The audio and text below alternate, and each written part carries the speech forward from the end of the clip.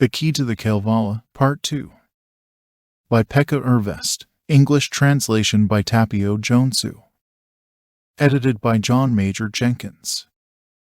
We gratefully acknowledge the great good fortune of being granted permission by Ino Freiberg to use his 1988 English translation of the Kalevala.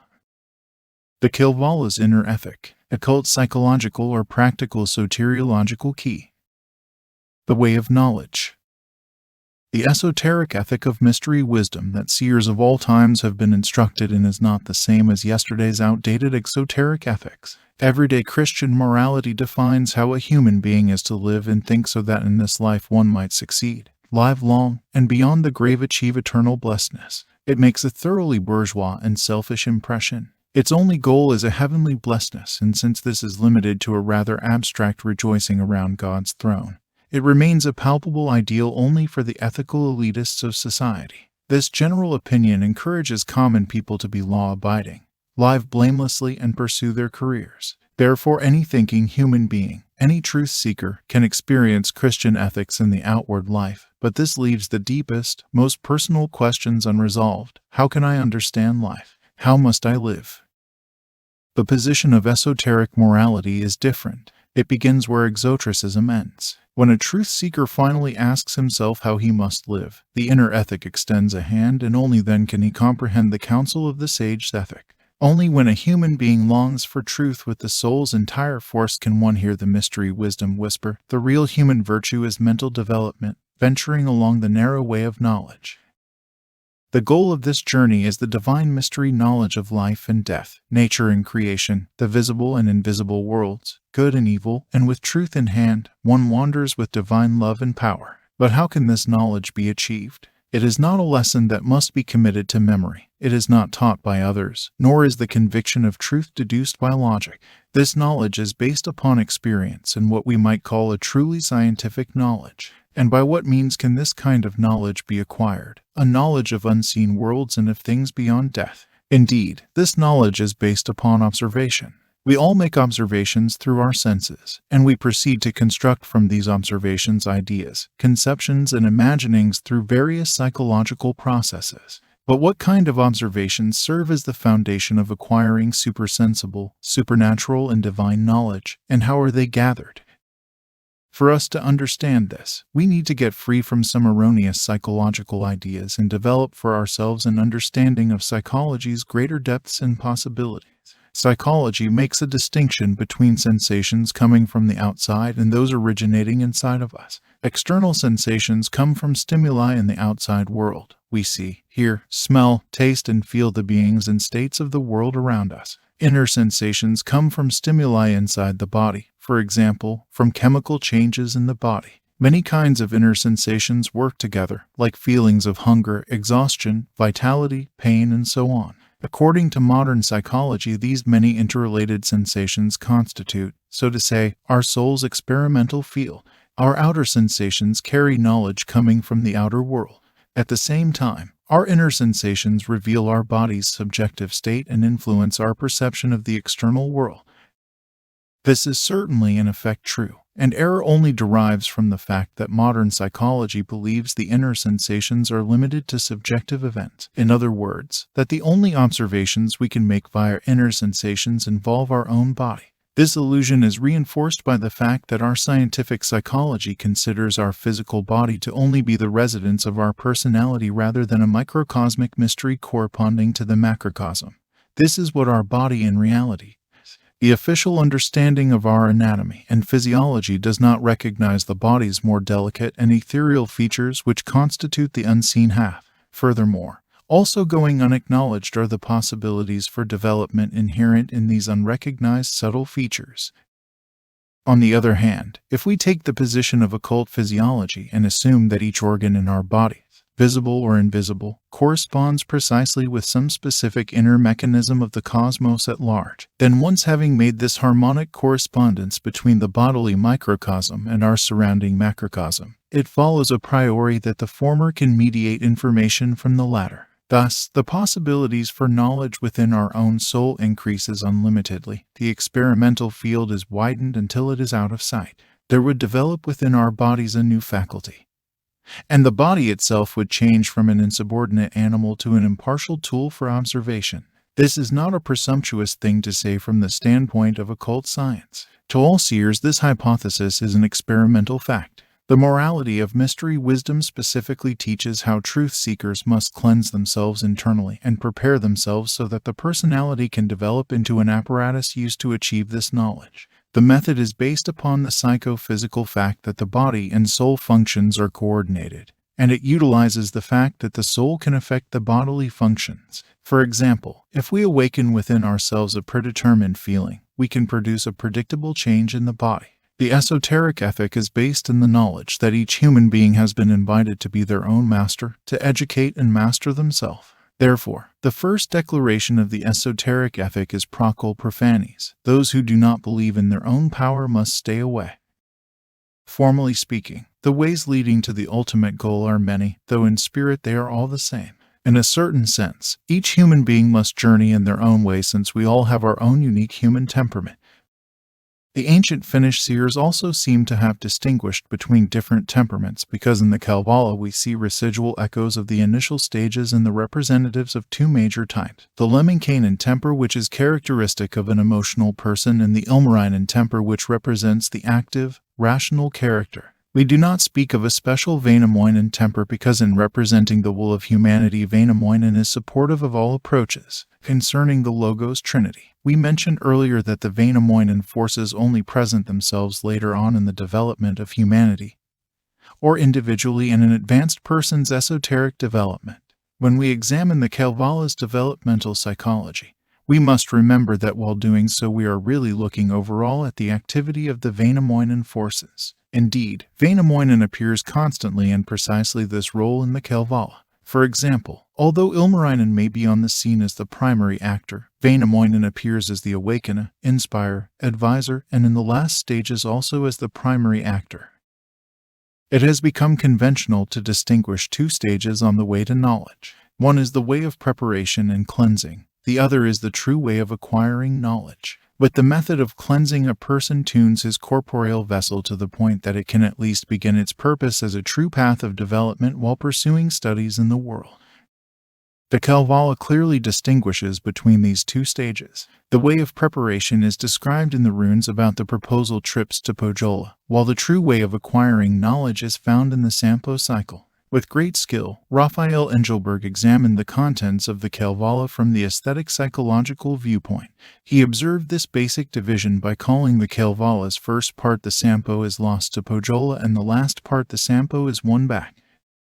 Of course, his basis for making this distinction is different than ours, and he did not even suspect anything about the occult contents of the Kalevala. But since the two headings he chose quite strikingly describe the two stages of the secret way, we wanted to mention this. On the path of cleansing, one can truly say that the Sampo is lost to Pohjola. The Sampo represents occult knowledge and power. While preparing and cleansing, a human being becomes aware that secret knowledge does exist. It is like he forges the Sampo, but then he loses the Sampo and acquires in return the Maiden of Pohjola. In other words, he does not achieve the secret knowledge and power, but he does find his own soul. The Sampo is lost and Pohjola gets it, but the occult knowledge lives secretly within his body. It is not until this takes place that the second stage can begin. When the fight over the Sampo takes place, the Sampo is won back, and the knowledge and power hidden within the body can move into the daylight. When we seek from the Kalevala hints about the secret ways of life, we must open the contents of the runes with a special key, the so-called Occult-Psychological Key. We remarked earlier about the fact that we are not allowed to presume that events and characters in the Kalevala have the exact same meanings if the runes are opened with other keys. On the contrary, the meaning can change drastically, and in fact there are several meanings. When we explored the Kalevala's mystery knowledge, we used other kinds of keys, cosmic and theogonic. In this we can see why separate psychological features and the proper nouns associated with the main characters change according to the key used. Ilmarinen and Lemminkäinen were gods in the first part, but now appear as human beings on earth and are candidates for consecration as truth seekers after the secret knowledge. And Väinämöinen, as we already mentioned, now appears on the scene as the exponent of the divine Väinämöinen forces, and we can understand him to be the voice of divine spirit that speaks inside of human beings. However, especially in the first scenes, he is a human being who simply embodies the Vainamoinen forces. Joukahainen. Before a human being can consciously step onto the path of purification, the soul must first be attuned to the vibration of a truth seeker. He must be prepared to offer himself up as ransom for the truth. This spiritual law of the Kalevala clarifies our understanding by dramatically and effectively describing the state of the soul. When the description is negative, the soul is closer to everyday mundane life. The scenario is more realistic and familiar and does not leave any uncertainty about what the soul's condition must be. This description is given in the Kalevala's most poetic runes, the Aino group, in which there are two sections, the singing rivalry between Joukahainen and Vainamoinen, and Vainamoinen's proposal followed by the suicide of Aino. There indeed young Joukahainen, he the lanky lad of Lapland, visiting round among his neighbors, heard of wondrous charms recited, and the magic songs were sung. Better runnos there recited, out on Vainola's burned clearings, on the heaths of Kalevala, better than he knew himself, better than his father taught him, and it irked the youngster sorely, for he envied Vainamoinen, jealous for him as a singer, singing better than himself. And Joukahainen made up his mind to leave home to conquer Vainamoinen despite the prohibitions and warnings of his parents. He harnessed his fiery gelding to a golden sleigh, got inside and carted off to the clearings of Vainola. Meanwhile, Vainamoinen is also sleighing along, and on the third day out they collide into each other, locking rails. Vainamoinen inquires as to who this might be, careering around so recklessly. And Joukahainen answers, I am the young man Joukahainen. And from what mob are you, you miserable man?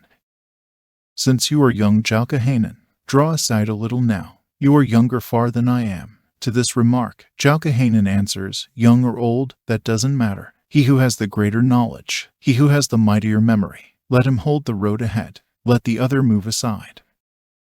And he continues, since you must be the old Vainamoinen, let us begin a singing contest. Vainamoinen at first resists, saying, who am I to be a singer? Who am I to be an artist? All my life I've passed my days in the solitary clearings, listening to my cuckoo calling. But finally he consents to the singing competition and asks Joukahainen what exactly it is that he knows more than others. Joukahainen begins to rattle off all sorts of facts off the top of his head, things gathered from nature sciences and other studies. But Vainamoinen interrupts him, child's play, women's tattle, say something about deep origins, things eternal. Now Joukahainen sings out his memory banks, pouring out more philosophical ideas. But when he dares to boast of his own great knowledge, Vainamoinen discovers he is a fraud. Then Joukahainen takes hold of his sword and invites Vainamoinen to duel, and when Vainamoinen scoffs at such an honor, he threatens to sing Vainamoinen into a pig. But now Vainamoinen becomes embarrassed and angry and begins to sing. They are not the songs of children, women's laughter. They're the songs of a bearded man. And this singing affects Joukahainen badly. The song of Vainamoinen sinks Joukahainen up to his neck in a swamp. When he tried to free himself, could not even lift his feet, tried one foot and tried the other, but his feet were shod with stone. How lively is this description, which evokes for us the human state of soul experienced by Joukahainen. I have learned a lot from elders. I have read many books and passed examinations at universities and academies. I know the sciences and the arts and have achieved an understanding of all modern knowledge. All that education has to offer has become my second nature. If I talk straight and clear, who can be more educated and skillful than I? This self-oriented, vain and materialistic mind may have the good fortune to hear a revealing message. Do not believe, my friend, that your knowledge is the highest and most comprehensive. There exists another kind of knowledge, the ancient wisdom. This is the ancient mystery knowledge against which your learning is child's play. There is mental development which confers a very different kind of understanding than your schooling could ever provide. The Joukahainen soul does not fully accept this as truth but does acknowledge that fate has spoken. Because the Joukahainen soul is not thoroughly materialistic, it can at least laugh. But, however, it reacts suspiciously. If this is so, I want to see for myself who is wiser than I, then I'll surely show him a thing or two. Like a caring mother, the soul within whispers to be careful, because maybe a deeper knowing does exist. But the Joukahainen soul defies its fate. Is that so? Well, let life show me. And indeed, life does show him. Vainamoinen gets in the way of Joukahainen.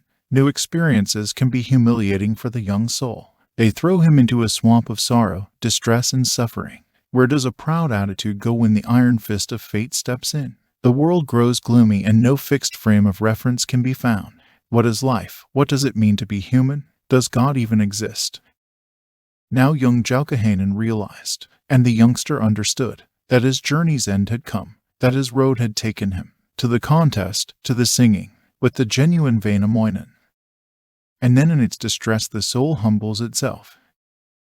Wise Väinämöinen, knower eternal, now reverse your incantations, and call back your magic spells. Let me out of this tight spot. From this awful tangle free me. I will pay the highest ransom, give the tightest guarantee. Now the human being is prepared to promise something to the powers of life. I understand now that there is a deeper knowledge, which I have not achieved, secrets which I have not fathomed, faculties of which I had no inkling. If I can only be returned to my prior happiness and balance, I will gladly relinquish my little pleasures which you, life, know I do not need. The soul is ready to give up the small enjoyments of life and address the deeper questions in a serious way. But life doesn't really care about the soul's little indiscretions, not about its sins nor its virtues. So Väinämöinen sings Joukahainen still deeper into the swamp. O Väinämöinen, wisest wizard, O thou knower, seer eternal, if you will reverse your magic, and recant your incantations, I will give my sister Aino, let you have my mother's darling. For you, I will give my only sister, the other side of myself, I will give you myself. And then the Spirit of Truth answers, now you have chosen correctly, now you have made the right decision. I want you, I can permit only you to grow up and develop into my helper, to become an heir to my wisdom. Hearing this, old Väinämöinen was delighted beyond measure, winning Joukahainen's sister, for his old age, sweet provision. Joukahainen has extracted himself from his dilemma. The soul has gotten free from the distressing situation and the intense Väinämöinen sound of life has dissipated. The soul has been returned to its old self, but it is not completely returned to its former condition, for it experienced and learned something and now life is waiting for the fulfillment of the promise. I caught a glimpse of life's majesty and at the moment of my weakness I promised myself to him. Now I must change myself, work on myself. Now I must sanctify myself in the service of truth. Woe's me. And the Joukahainen soul's youth and inexperience are reflected in the fact that it, guilty-minded, heavy-hearted, started homeward to his mother, to his well-respected parents. This drama is not just the story of one life. The human soul can stay in the state of Joukahainen for many incarnations. Aino. Aino is the Joukahainen soul's best and most delicate side. Naively helpless, it is the virgin spirit hidden deeply under the surface of every human being. Now the artistically sensitive reader shakes his head. How can the Kalevala's Aino be explained symbolically, that miraculous and charming story of Aino? It is assuredly a simple adaptation from life, a poetic work of art rather than a great mythic symbol. Our most prominent poets and artists have drawn from it inspiration for their creative works. The Kalevala's story of Aino, that living proof of the Finnish nation's developed sensitivity to beauty, challenges the best in world literature. We heartily agree with this position, because we also admire that young innocent girl whose heart had not yet awakened to love, who so valued her own poetic comprehension of nature and humanity that she preferred to completely give up this life than sell herself. At any rate, there is something in the rune of Aino which has never satisfied us in the aesthetic sense. This feature is the appearance of Väinämöinen as a suitor. If the intent was to describe Aino and the special qualities of her character, why choose Väinämöinen as a suitor? The role is fit for anyone who displeased Aino yet pleased her mother. Why did it fall to Väinämöinen, the steadfast old wise one, the seer eternal, to deal with that impossible situation, making him look pitiful and even ridiculous? Why should it be this way? Perhaps there is a hidden message here. The joining of Aino's story with the singing contest of Joukahainen suggests that the Aino story has its own lesson. Because of these considerations, we dare to see Aino, as we already mentioned, as the side of the Joukahainen soul that is the very holiest. We do not suggest here that Aino is Joukahainen's higher self. This is more clearly represented by Väinämöinen. Rather, she is the most beautiful side of Joukahainen's personality. The Joukahainen soul has peeped behind the curtain. It has caught a glimpse of life's wisdom. In great distress it has felt its force. In defiance it approached this wisdom. Overwhelmed by fear it promised itself to it, and then sullen and downcast it departed. From the Joukahainen state the soul shifts to the Aino state. Joukahainen's sister Aino now herself began to cry, wept a day, wept a second, crouched across the outer stairway, wept for great and simple sorrow, welling from her heart's despair. But the body, Aino's mother, is joyous. Instinctively it knows that mental development comes as a welcome relief. Every atom of one's being is purified, life becomes lighter. As the passage from the Bible mentioned above makes known, all of creation sighs and waits for the sons of God to appear. The body, as a voice heard within, speaks to the soul, "What are you afraid of? Why do you grieve?" If you are forced to leave your old life, happiness can also be expected in the new. But the Aino soul still grieves. It is terrified at the prospect of wisdom. This wisdom is for it old and joyless, strange and cold. This divine life appears to be like an empty, bottomless chasm, which the soul would be lost. As the Aino soul looks at its own youth and elegance, the pearls of its many faculties and virtues, the adorning rings, crosses, and bracelets, the gloomy voice of wisdom speaks. "Not for anyone else, young maiden, not for anyone else but me, young maiden, or that beaded necklace, or the crosslet on your bosom. Put your hair up in long braids, tie them round with silken ribbons." Then the soul becomes overwhelmed by such distressing words that it disregards its beauty and adornments. Everything that brought gladness before and which was admired by others now has lost its charm. Now all its beloved pastimes must be abandoned to prepare for an idle life within the body. "Not for you or anyone else will I wear this crosslet here, or tie my hair in silken ribbons. I don't care for foreign fashions, nor for wheat bread slivers sliced. I can go in plainer clothing, and can live on heels and crusts, with my good and kindly father, and my mild and tender mother." Then she tore off all her trinkets, cross from breast and rings from fingers, beaded necklace from her throat, and red ribbons from her hair, left them on the earth, for the good of grove and woodland. Then in tears she hurried homeward, crying to her father's farmyard. We want to mention here that the Aino state of the soul is not such an unusual phenomenon. Talented and artistic human beings often experience it completely. Over many lifetimes these souls have cultivated beautiful talents that many covet, with the inner ambition being the desire to be loved and admired. As long as they have served these idols in peace and faith, their souls will be happy. But then arrives the day when truth in the guise of life's experiences, or by some other means, reveals how trivial, selfish, and narrow their work has been from the spiritual viewpoint.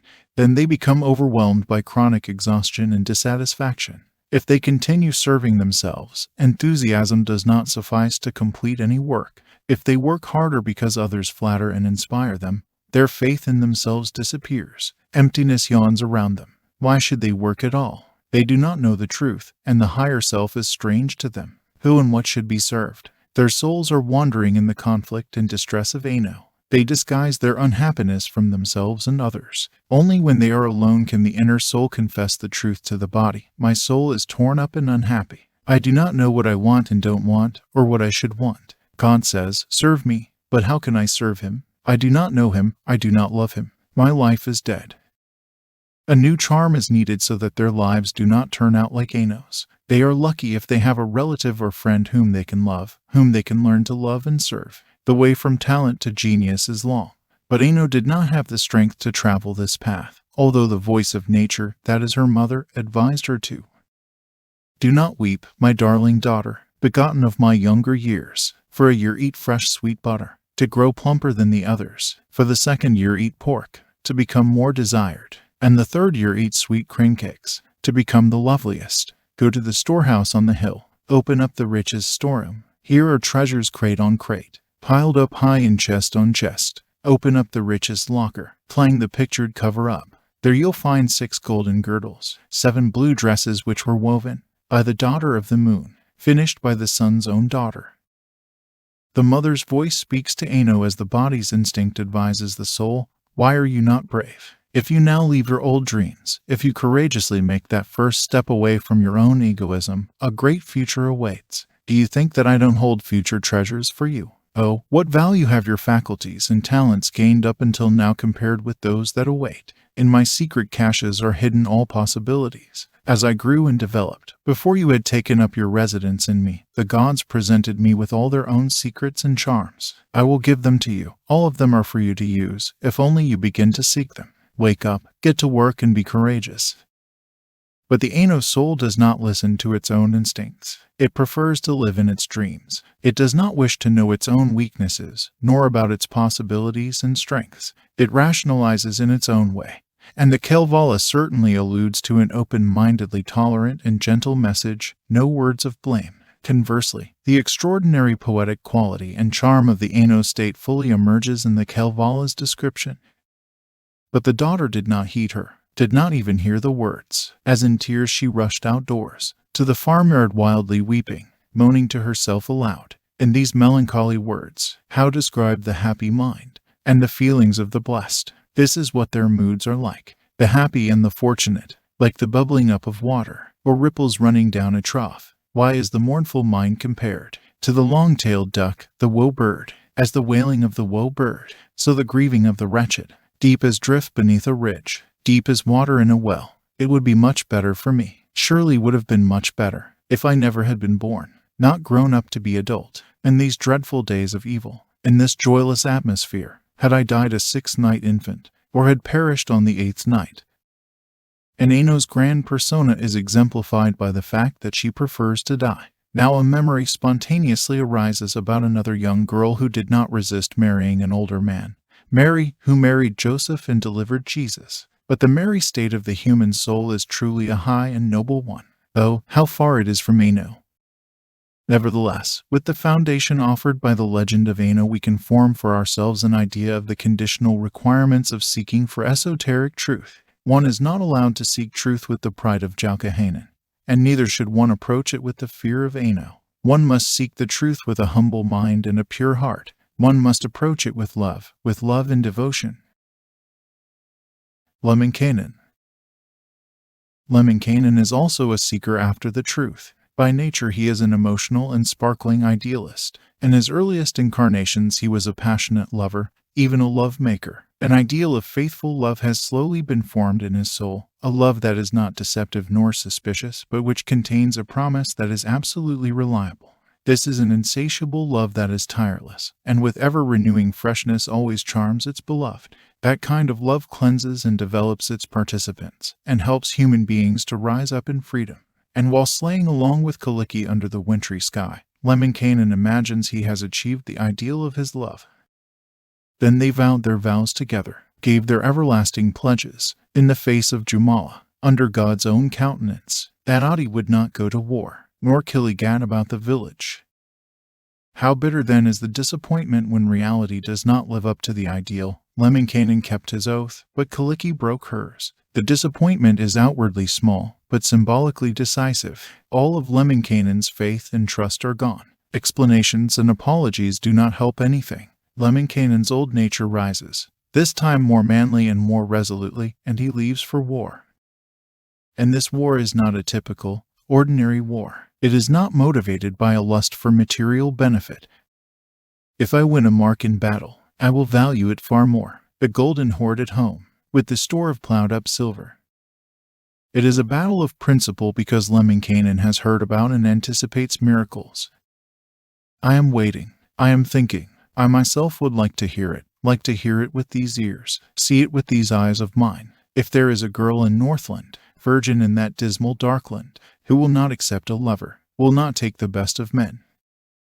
Lemminkainen has heard the wise men talk, and his own nature whispers within him that the yearning for love is fundamentally the search for the self. As long as you do not understand to seek the self within, you will seek it in others and find disappointments along the way. Stop believing in others and start believing in yourself. When you find yourself, you will discover eternal love. This self is the girl of Poja who lives hidden within the body.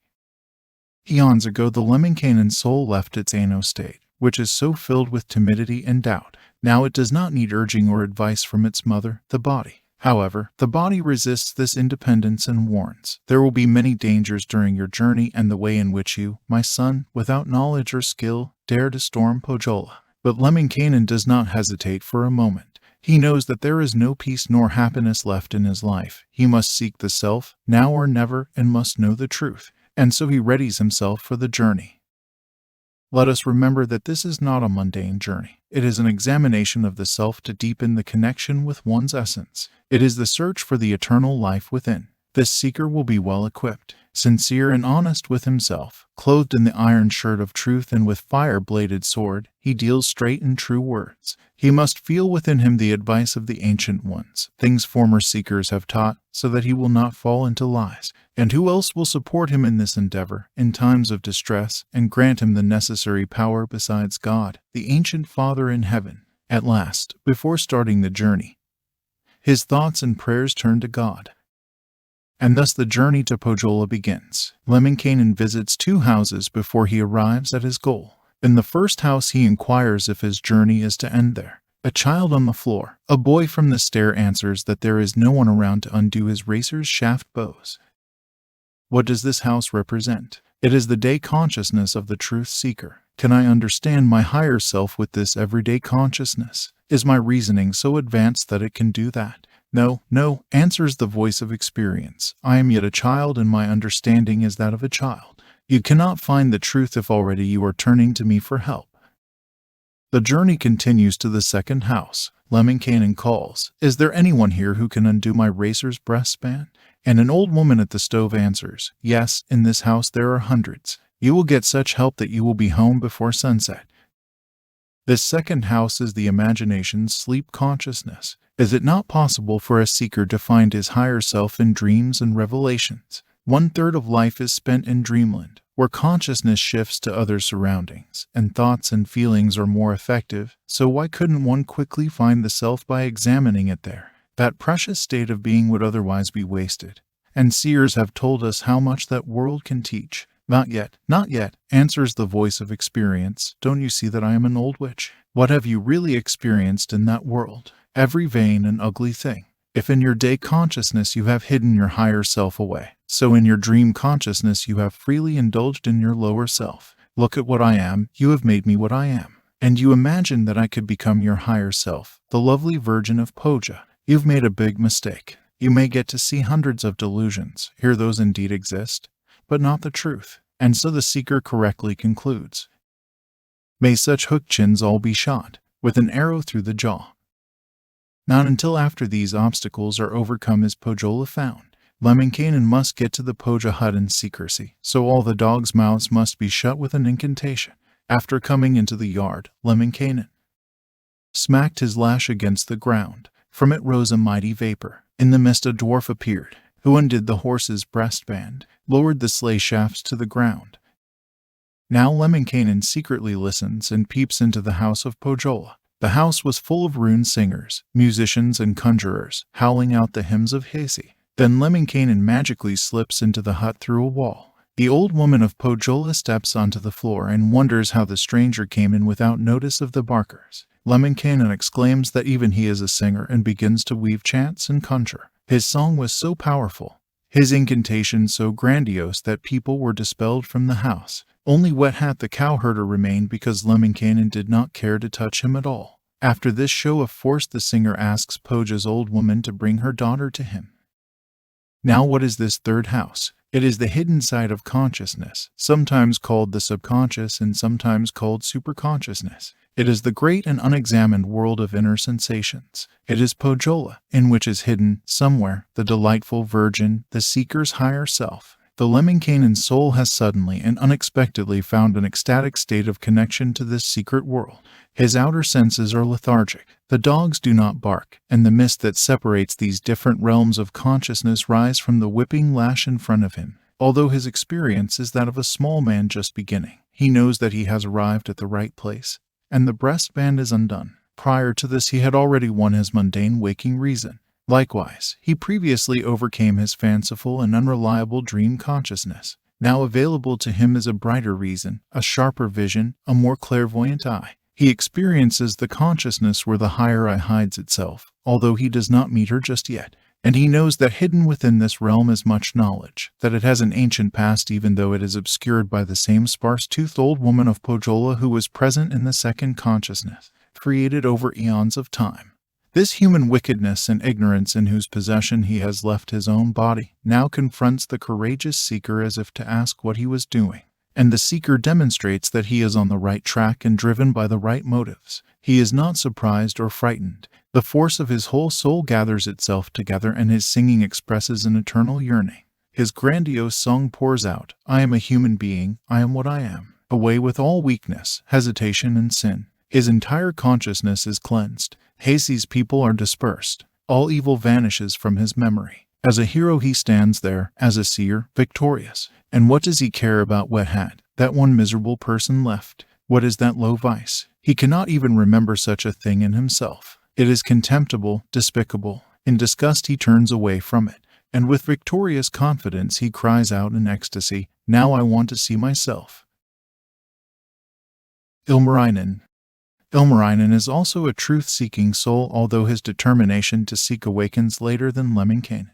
Ilmarinen is a man of action and sound reason, a realist who is free from sensitivity and vanity. His joy has always been in his work and his noble ambition to work well. He does not possess other ideals and therefore he lacks independent initiative. He must be incited to new efforts by something outside of himself. Then he is perfectly diligent and able. Finally, the day of fate dawns for him. Wainamoinen visits and tells him about the wonderful world where our immortal selves lie.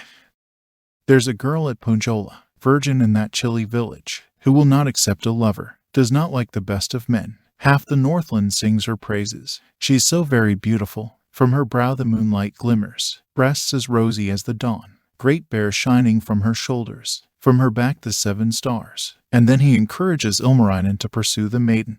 If you hammer out the Sampo and devise its ciphered cover, you may have the maid as payment, have the lovely for your labor. Wainamoinen here refers to the forging of the Sampo, and when we apply our occult-psychological key we can understand the personal meaning in this sentence. Later, we will explain in detail what the Sampo means for humanity's secret development.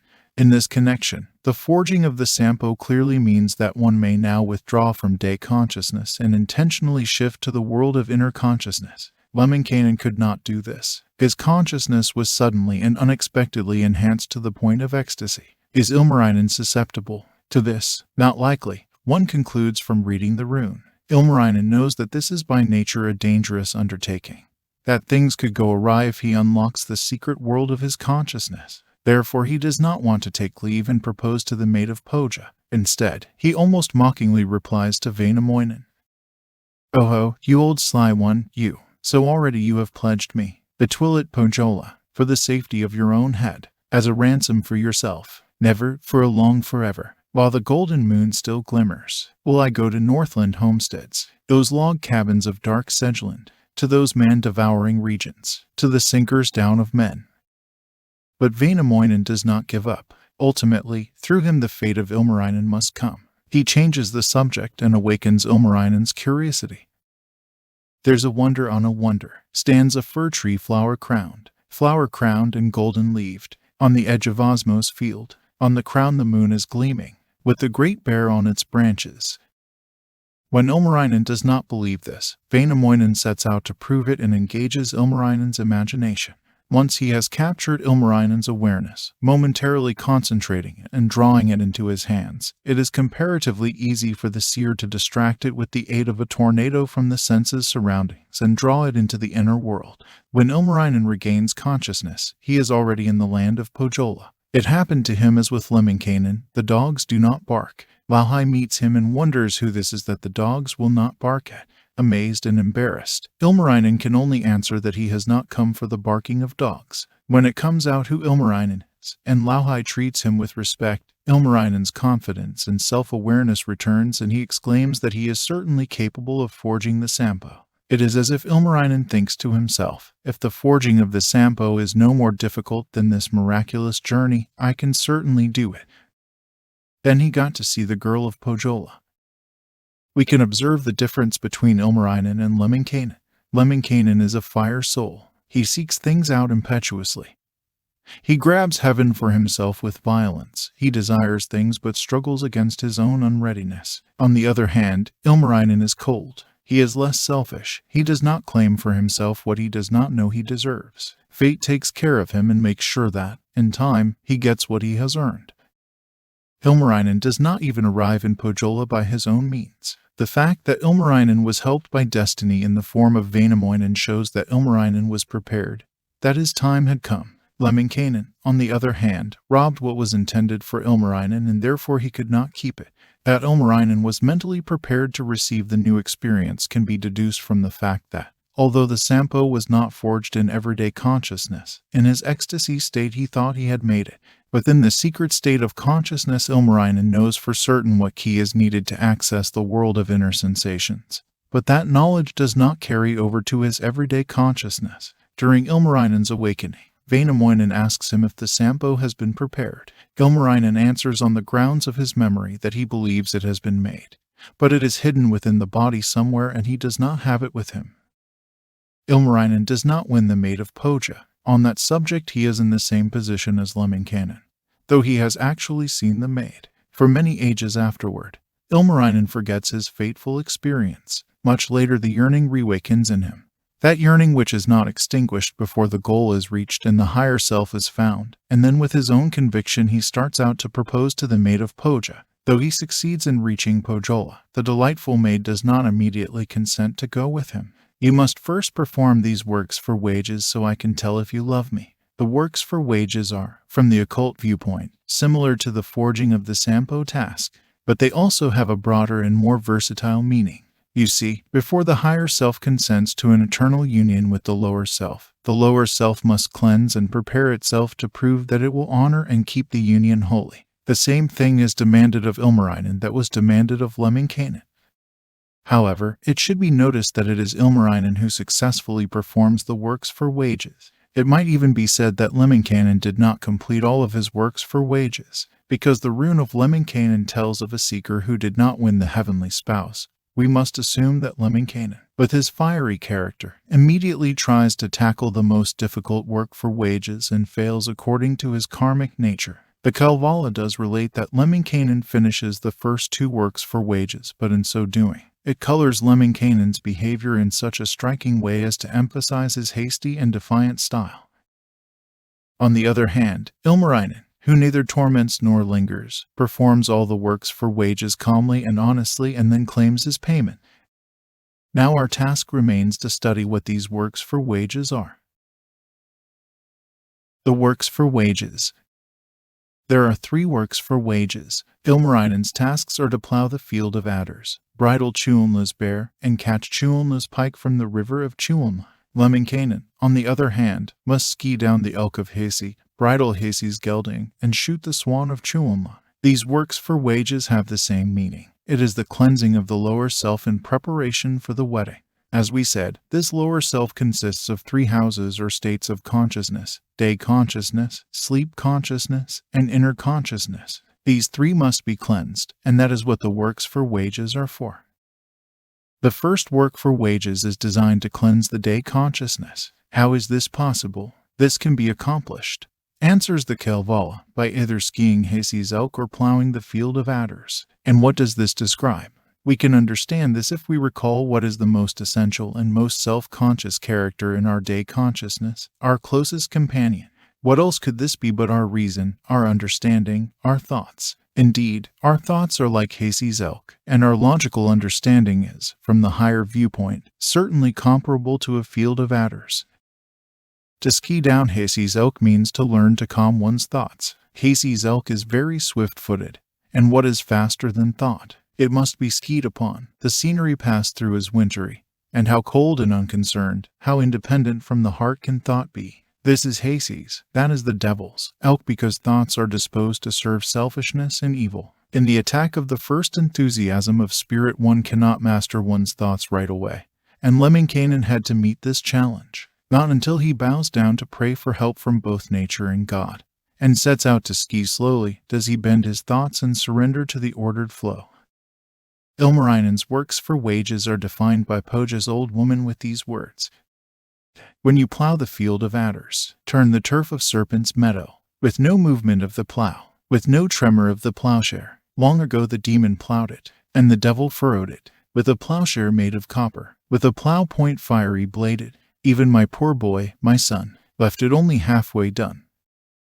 The field of adders represents logical understanding because it has been plowed before by Hasty. Since the beginning it has been in service to selfishness and evil and gets its power to grow from it.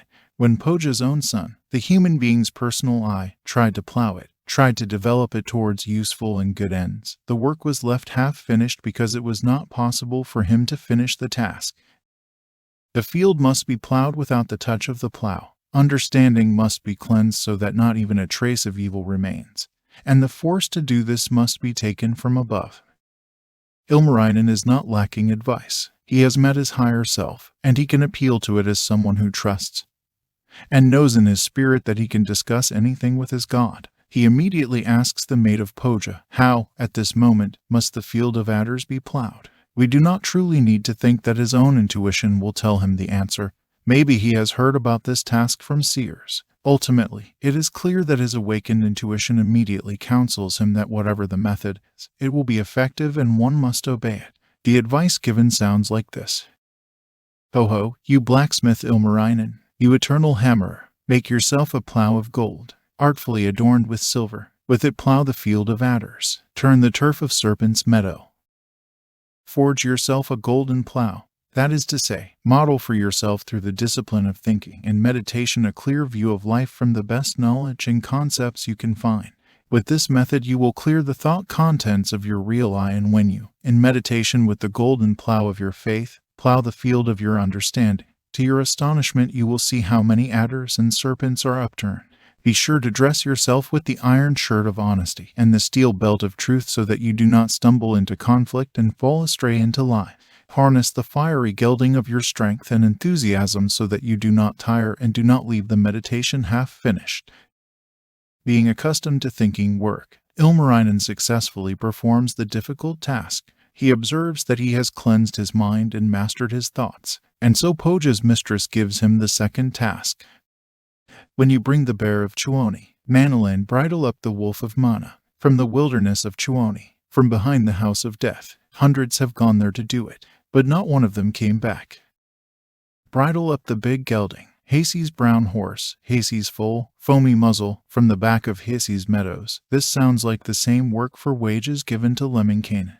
This work for wages involves the cleansing and mastering of the second house, the sleep consciousness. One wonders why it is a big fiery horse, bear, or wolf, animals who have killed so many. This is because the sleep consciousness is the realm of imagination and emotions, the power of which is great and frightful. It contains a part of the mental life which our scientists call the subconscious, that part which a civilized human being keeps under control or hidden but which freely vents its strength while the body sleeps. From the occult point of view, the subconscious reveals a human being's moral state, and, as the Kalevala says, many have stumbled against it.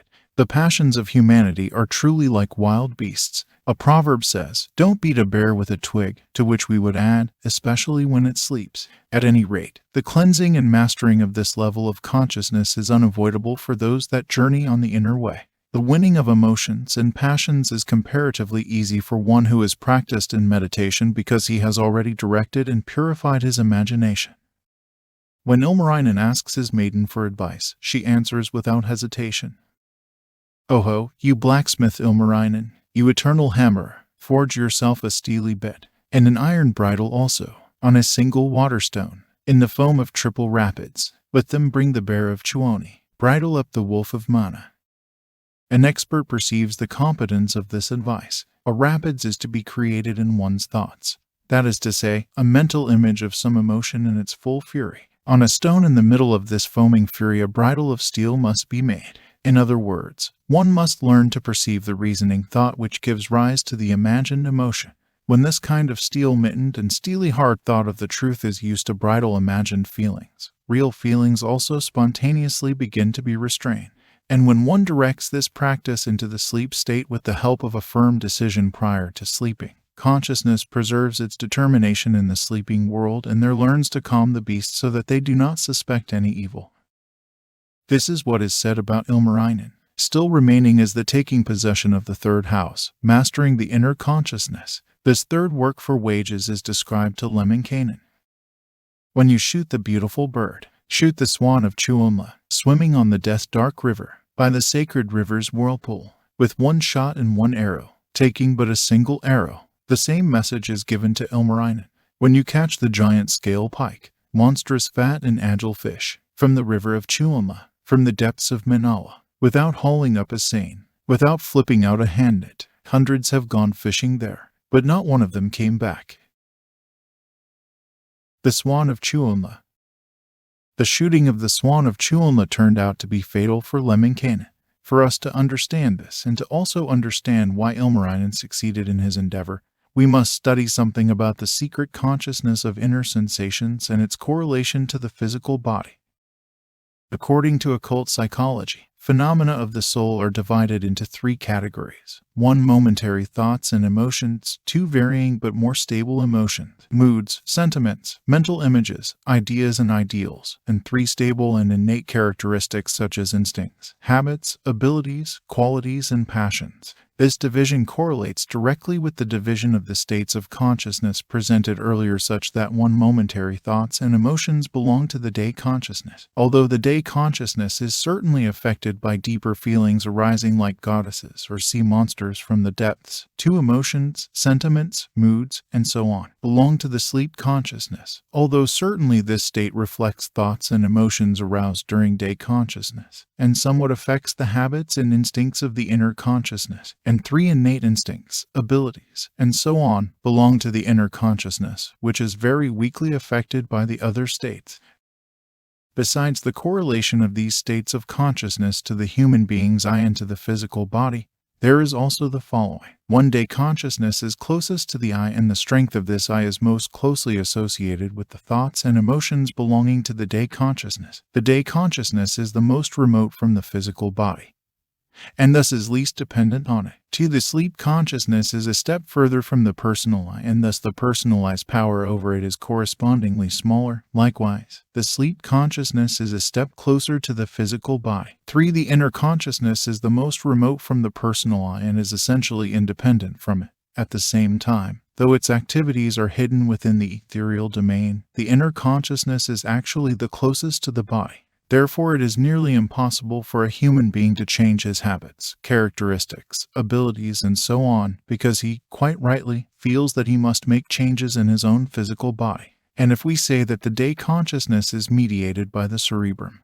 the sleep consciousness by the cerebellum, spinal cord, and sympathetic nervous system, and the inner consciousness by the body's secret force centers, it is clear that if we want to connect our day consciousness to our subconscious, we must, so to say, dig more deeply into our body. Anyhow, this happens in the purification work, but not in a totally complete way. It doesn't result in a human being having free use of the supersensuous and magic forces of the inner consciousness. Far from it. These belong to the way of secret knowledge. Purification is meant to cleanse the body of dangerous habits and instincts, especially hate, lovelessness, apathy, cold-heartedness, desire for own gain, and from other forms of selfishness.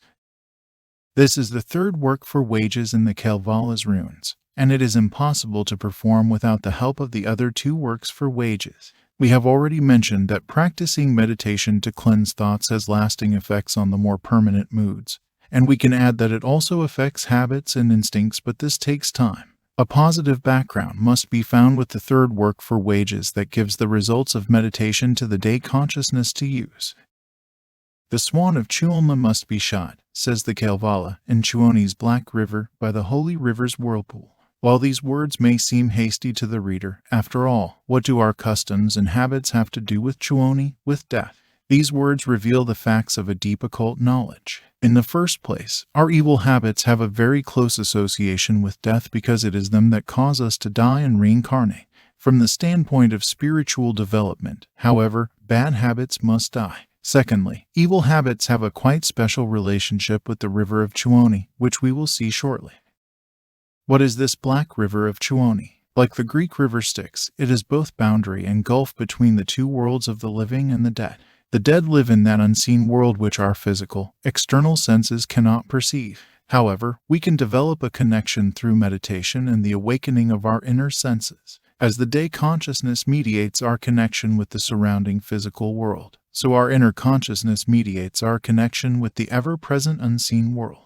The river of Chuoni is simultaneously the boundary and gulf between our waking consciousness, including the sleep consciousness, and our secret consciousness. It is black because it is dark or unconscious. As an example, if we in our day consciousness suddenly rush into the inner consciousness, it is said that we were unconscious and we remember nothing after awakening.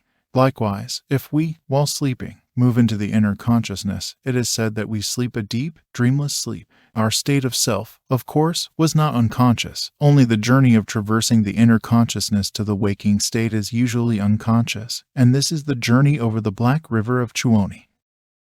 Our customs and habits, the weaknesses and faults of our characters, as well as our virtues and abilities, live in our inner consciousness. Because of this, they are separated from our conscious self and are as if undercover. In relation to our good characteristics, there is advantage in this, for we cannot reach them and kill them completely without further ado. Likewise, however, it is also difficult to get free from our evil habits and character traits. We cannot immediately change, improve, or kill them. We are seemingly forced to rely on methods like practicing meditation, which little by little will civilize our habits and characters. But the Kalevala says, the swan of Chuolna must be shot with one single act, taking but a single arrow. It also says that the giant pike must be caught without hauling up a seine, without flipping out a hand net. Here the Kalevala obviously refers to the fact that the way must be discovered by which one can develop and change the habits and instincts hidden within the body's secret places, and, in addition, urges us to learn how to shift consciousness to the inner world at will. The Kalevala not only refers to the fact that discovering this way is unavoidable, it expressly mentions it. It is not difficult for us to comprehend what way the Kalevala means. You see, why did Lemminkainen fail in his work for wages? Obviously, because he did not discover this way. And when we think over his past experiences, we can understand the reason why he failed. Lemminkainen is killed at the river by Wet Hat the cowherder. Lemminkainen chose not to enchant this man out of Pohjola's house when he first arrived, insulted him with his words, and from that moment on the man had vengeful thoughts toward Lemminkainen. What fated characteristic was it that compelled Lemminkainen to behave so? It was the pride of his own heart, his hate and contempt. How could Lemminkainen change his character, develop and cleanse his instincts and habits so that they would be good enough for the heavenly bride, unless his heart were already thoroughly cleansed? And though he might do this, how beneficial could it be if the possibility of pride, hate, and contempt still lived within his heart? As we pointed out earlier, Lemminkainen's failure reveals that, in reality, he had not even performed the first two works for wages. He certainly should have known that to shoot the swan of Chuolna somehow involved the heart, allowing the character to be recreated in the future and, moreover, to have the ability to move consciously into the inner world. He did not realize this because in his heart he did not have compassion nor exuberant love and sympathy. Now we can understand what the way is about. To shoot the swan of Chuolna means to immerse one's consciousness into the heart and enliven the force center hidden there, to awaken the force channel which goes from the heart to the brain. When this is done, the human being's heart becomes new and the entire life is regenerated. He is good, he is compassionate, he is sympathetic. That would have been easy to do for the Lemminkainen character had not his great enemy lived within his own heart. How beautifully does the Kalevala describe Lemminkainen's fate, encouraging all seekers, especially those with fiery souls. It impresses upon us the great truth of reincarnation. Truly, we all experience, as Lemminkainen did, the Mother Nature which is always compassionate, always loving, and which always lets us try again. When we fall in battle, the Mother revives us and gives us a new body and a new personality. Better equipped than before, we can begin to solve the mystery of the Sphinx. In Ilmarionen's work for wages, the pike also means the heart. Ilmarinen understands what the question is to be about and hurries to get advice from the maid of Pohja, and she helps. "Oho, you blacksmith Ilmarinen, don't you worry about that now. Go and forge a fire-swift eagle, hammer out a flaming griffin. You can catch the big pike with it, monstrous fat and agile fish, from the death-dark river of Chuoni, from the depths of Manala." Is this not like his higher self advising and comforting you? Do not be afraid that your heart will cause you harm. You are a man of action. Simply perform more good works, and aid will come to you at the critical moment. Make works of love and mercy, be helpful to others and obliging. This is not difficult for your character. Ilmarinen follows this advice and speeds on the wings of his good works to the gate of his own heart. His good karma, as Buddhists say, helps him through the difficulties and then disappears to heaven, to God. But Ilmarinen feels for himself that he has only succeeded in enlivening his heart, which according to his own modest critique is only worth a pike's head. Ilmarinen has now performed all the works for wages, and therefore his wedding with Pohjola's delightful virgin begins. Pohjola's wedding. For Pohjola's grand wedding and Ilmarinen's homecoming with his young mistress, the Kalevala dedicates a total of 6 runes. Though the mystical experience implicit here is captivating and grandiose, it is obvious that the size of this episode derives from the rune's attention to popular customs which have no direct connection with the mystical content. And so for us it seems that the only place where can be found descriptions of a mystic wedding is in the preparations for the wedding, especially the following verses. Said the mistress of Pohjola, sending out her invitations, messengers to make the rounds, Itzi Chuan Sanwexi Verki, little maid, most faithful servant, call the common folk together, crowd of menfolk to the drinking, call the wretched, call the poor, call the blind and even cripples, even sleigh-bound paralytics, row the blind here in the dories, have the lame ones come on horseback, and the cripples in the sleighs, summon all the Pohjolanders, summon all the Kalevalanders, and invite old Vainamoinen as official singer for us, but don't ask the man far-minded, not that Audi Islander.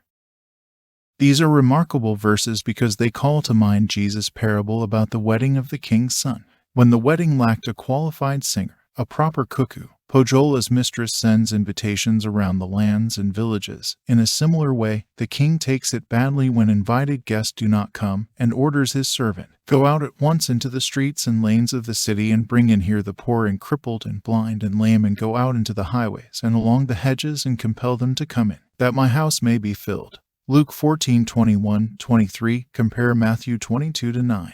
And as the mistress of Pohjola refrains from calling Lemminkainen to the wedding, likewise the king orders to throw out the guest who was not dressed in wedding clothes. Matthew 22:11-13.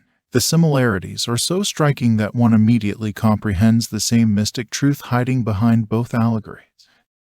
At Pohjola's wedding, Ilmarinen, seeker of the truth, is married in holy union to the maid of Pohjola, his higher self. A human being's higher self is the I-consciousness of his divinely born self. The lower or personal I is a reflection of the higher self and resides in the brain. Following the customary usage in the theosophical literature, we use the words individuality and personality in a precisely defined and more limited meaning than one commonly finds in spoken or literary usage. The theosophical usage is derived from Madame Blavatsky's remark that the Latin word persona originally meant mask, through which an actor's sound was heard. The immortal I, or individual who incarnates many times on earth, plays many different roles, taking on different personalities, and is truly comparable to an actor. An ordinary human being is not aware of this inner I consciousness.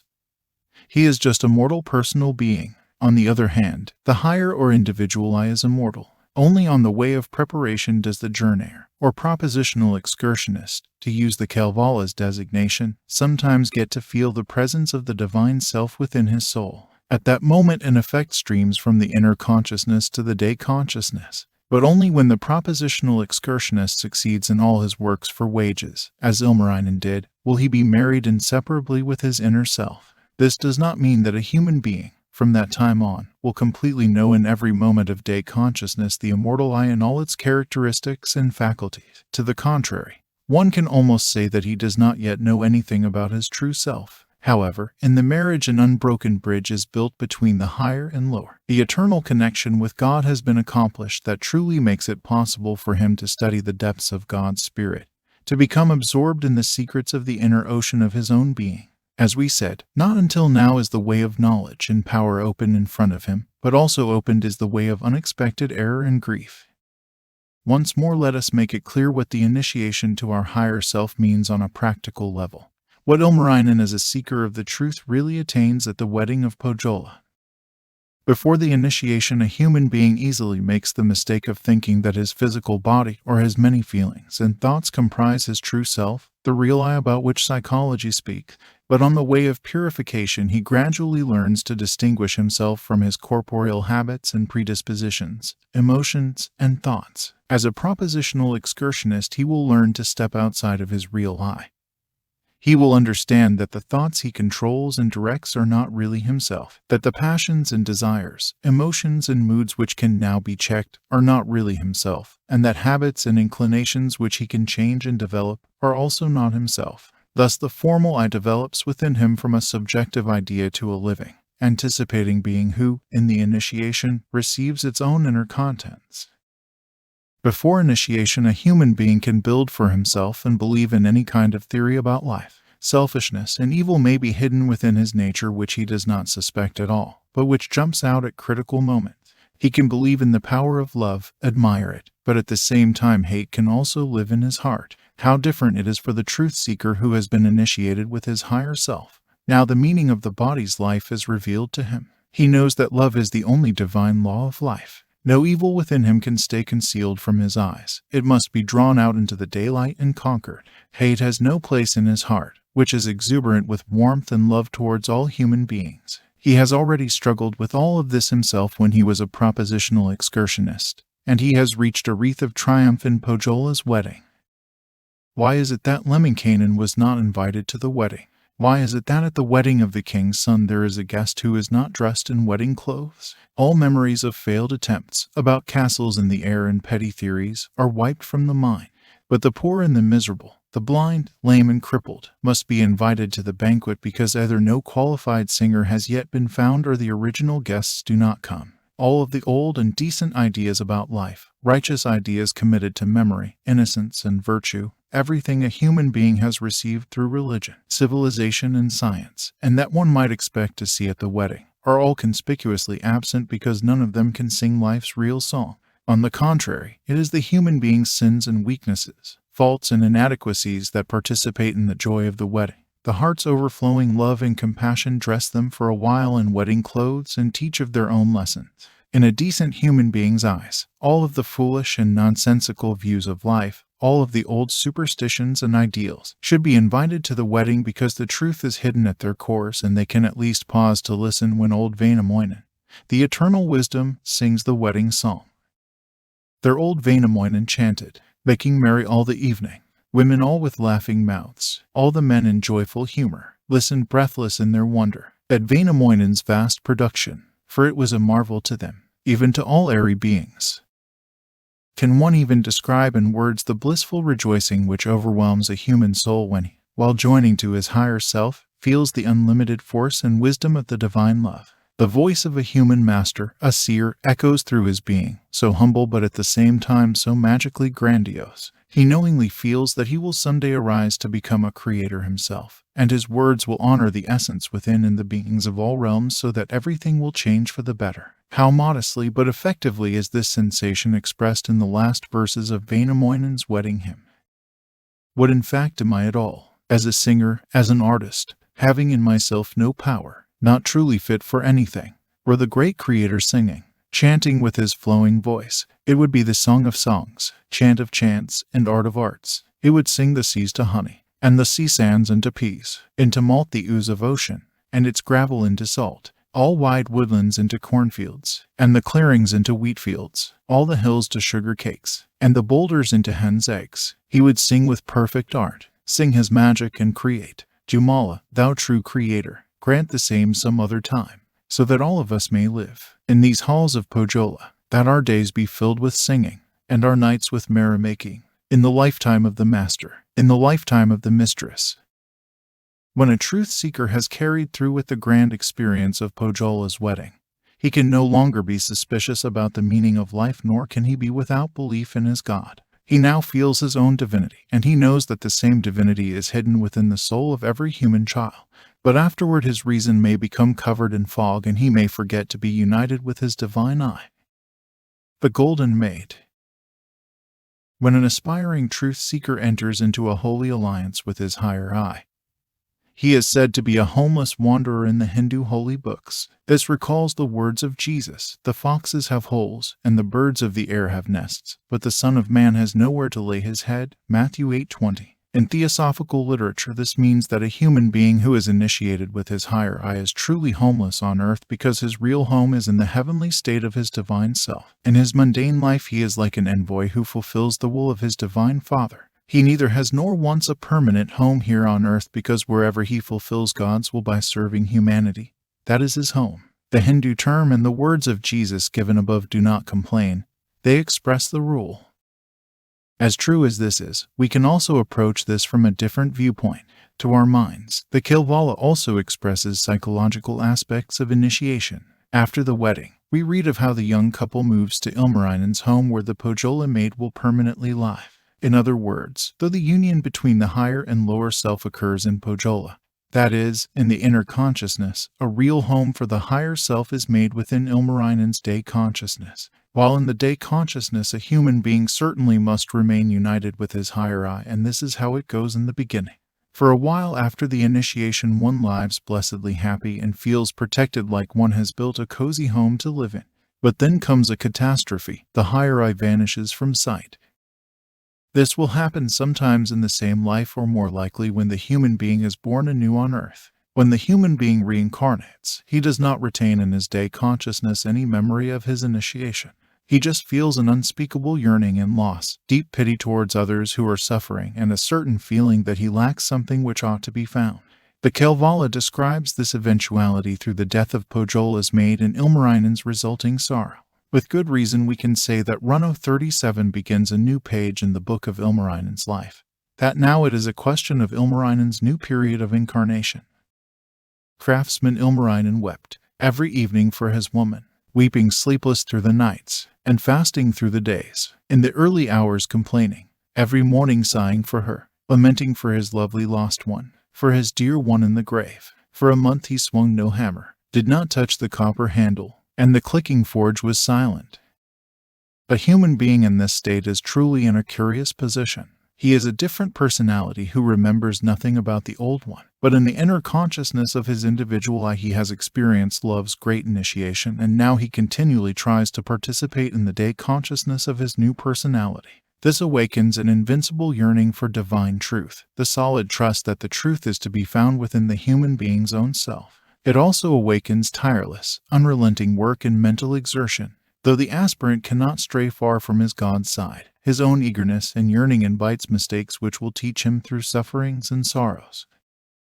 We also are fully justified in asking, does this mean that the human being has been returned to the same position of the propositional excursionist, though he previously traversed the way of cleansing? Isn't this a regressive development? Isn't this unjust? Why strive to achieve anything if the hard-won fruits must vanish from one's hands? On no account do we wish to blindly defend nature. Objectively understood, a human being always loses something at death, while he is resting. Death is to an individual life what sleep is to a personality's life. For example, if an artist is preparing a great work of art, rest always breaks his concentration and he cannot immediately afterwards get back into his creativity. The more skillful he is, the quicker he returns into the rhythm of it. But in life and nature the cyclic law of periodicity prevails, and a human being cannot change it. The Kalevala clearly points out this fact. Winning Pojola's maiden as one's own assumes that the human being has already accomplished a specific work, the forging of the mystic Sampo. This means he has succeeded, either before his true cleansing or through his works for wages, to find his inner consciousness. It means that the day consciousness visited the invisible world, as Ilmarinen did when he went to Pojola, first through Vainamoinen and later by his own doing. In this mystical psychological meaning, the forging of the Sampo before initiation is unavoidable. However, when Ilmarinen again enters the scene after his happy marriage, we discover that the Sampo nevertheless remained in Pojola. Consequently, Ilmarinen must either have forgotten how the forging was done or he reincarnated and was thus prevented from remembering. Now, from the point of view of nature, is this unjust? Or can we understand these things from the other side? The other viewpoint also exists as a matter of fact. Though he has already been initiated, Ilmarinen still has work ahead of him, but he is not conscious of it. He must retrieve the Sampo from Pojola, or, we could say, he must forge the Sampo again, this time in day consciousness. This is, in other words, the widening of day consciousness towards the inner consciousness, or making the inner consciousness more present in day consciousness. Now there is a possibility here of misunderstanding. During initiation, we might suspect that when the inner consciousness presents itself to the day consciousness as the higher I, it may deplete itself or completely reveal itself to the day conscious I. We might also suspect that the inner consciousness, as the divine I, never changes or grows. This assumption is misleading. During initiation, the inner consciousness presents only a personified part of itself to the day consciousness because the divine self is unlimited, and far from the belief that the inner I cannot develop. It is truly the inner consciousness that reaps the fruits of all development. Because the higher I is immortal, it has unlimited possibilities to grow. The self-education of an initiate is thus not allowed to set limits on the free growth of the inner I, which happens when the day consciousness tries to express the glimpses of the inner I experienced during initiation. Therefore, it is inevitable that the higher I withdraws from the day consciousness to a hiding place, and so one is forced once again to seek it out to widen one's ideas and understanding. This is a fairly common rule because it is very difficult for the lone initiate to understand things. Only in the presence of a great and wise teacher can the development proceed quickly. As a rule, many reincarnations are passed through in these efforts, and the law of development demands that the initiate loses all knowledge of his previous initiations before reincarnating on Earth, and thus the Pojola maid dies away from Ilmarinen. At first, Ilmarinen does not even suspect that a great task awaits him, that of acquiring the Sampo. In reality, he doesn't know anything about the Sampo. He can only surrender to his sorrow and yearning, the feelings of loneliness, compassion, and sorrow for the world. But this does not last for long. For a time he lives on wifeless, growing old without a woman. After mourning 2 months, 3 months, on the 4th he went to work. From the sea he gathered gold, from the billows gathered silver, and collected stacks of firewood. 30 sledge loads altogether, burned the firewood down to charcoal, but the charcoal fueled his furnace. Now a will to action is awakening within Ilmarinen, and truly there are grieving people everywhere. The world is full of suffering. Maybe if he set to work and created something new he might forget his own distress. Maybe he would find peace again if he gave form to his yearning, if he created some ideal out of himself. Then he took those golden coins, and he chose those silver pieces, just the weight of autumn yew, or the heft of winter hair, put the silver and the gold into the furnace of his smithy, set the slaves to fan the fire, and the hirelings pumping on. So the slaves then worked the billows, with the hirelings pumping on, with no mittens on their hands, and stripped naked to the waist, while Smith Ilmarinen himself was attending to the forging, trying to form a golden image, to create a silver bride. And now the Kalevala proceeds with the strange and familiar story of the forging of the golden maid. This story brings to mind, of course, the Greek tale of Pygmalion, who sculpted for himself in marble the image of a delightful woman, Galatea. Pygmalion fell in love with his Galatea, but because the marble statue was cold and lifeless, he prayed to the gods to give life to his image. The gods consented, Galatea came to life, and Pygmalion was extremely happy. It did not happen like this for Ilmarinen and his golden bride, however, and we will shortly see that the Kalevala's psychological description expresses more completely and fittingly the mystical message of the story, a meaning which the Greek tale missed. The golden maid is not created in an instant. According to the new Kalevala, a ewe or sheep first emerges from the forge. According to the old Kalevala, it is a sword. On the second attempt, after working laboriously, a foal or a stallion appears. Not until the third attempt did the golden maid emerge fully formed from the forge. On the previous attempts, the others were very delighted, but not so for Ilmarinen. Finally, on the last attempt, Ilmarinen was satisfied, and the others were badly afraid. This is, for our mind, a description of the activity of a creative genius in the field of the arts, sciences, philosophy, religion, politics, and so on. A human being wars against the injustices of the world, or he creates, for example, a delightful work of art. He gains appreciation and honor from the world, but his loving heart stays empty because the world does not understand it. Finally, he believes he has discovered the means to satisfy his own heart. He must create from his own personality an image of that perfect human being which reflects the hidden ideal, a creation the whole world can love. The demand for perfection awakens in his thoughts. I want to be a perfect, righteous personality. And he sets himself about the giant task. Then he hammered without ceasing to create the golden image, working all night without resting, all the daytime without pausing, Legs and arms he fashioned for her, but the legs they cannot walk, and the hands cannot caress him. Then the ears he molded for her, but the ears they do not hear him. When he made a sweet mouth for her, it could speak no welcome to him. When he made those bright eyes for her, they could not look sweetly at him. The fruit of his efforts does not satisfy. The bride is beautiful, but she is lifeless. But soon Ilmarinen observes that while his heart stays empty, his personality has changed into something so delicate and blameless that it can claim all moral virtues.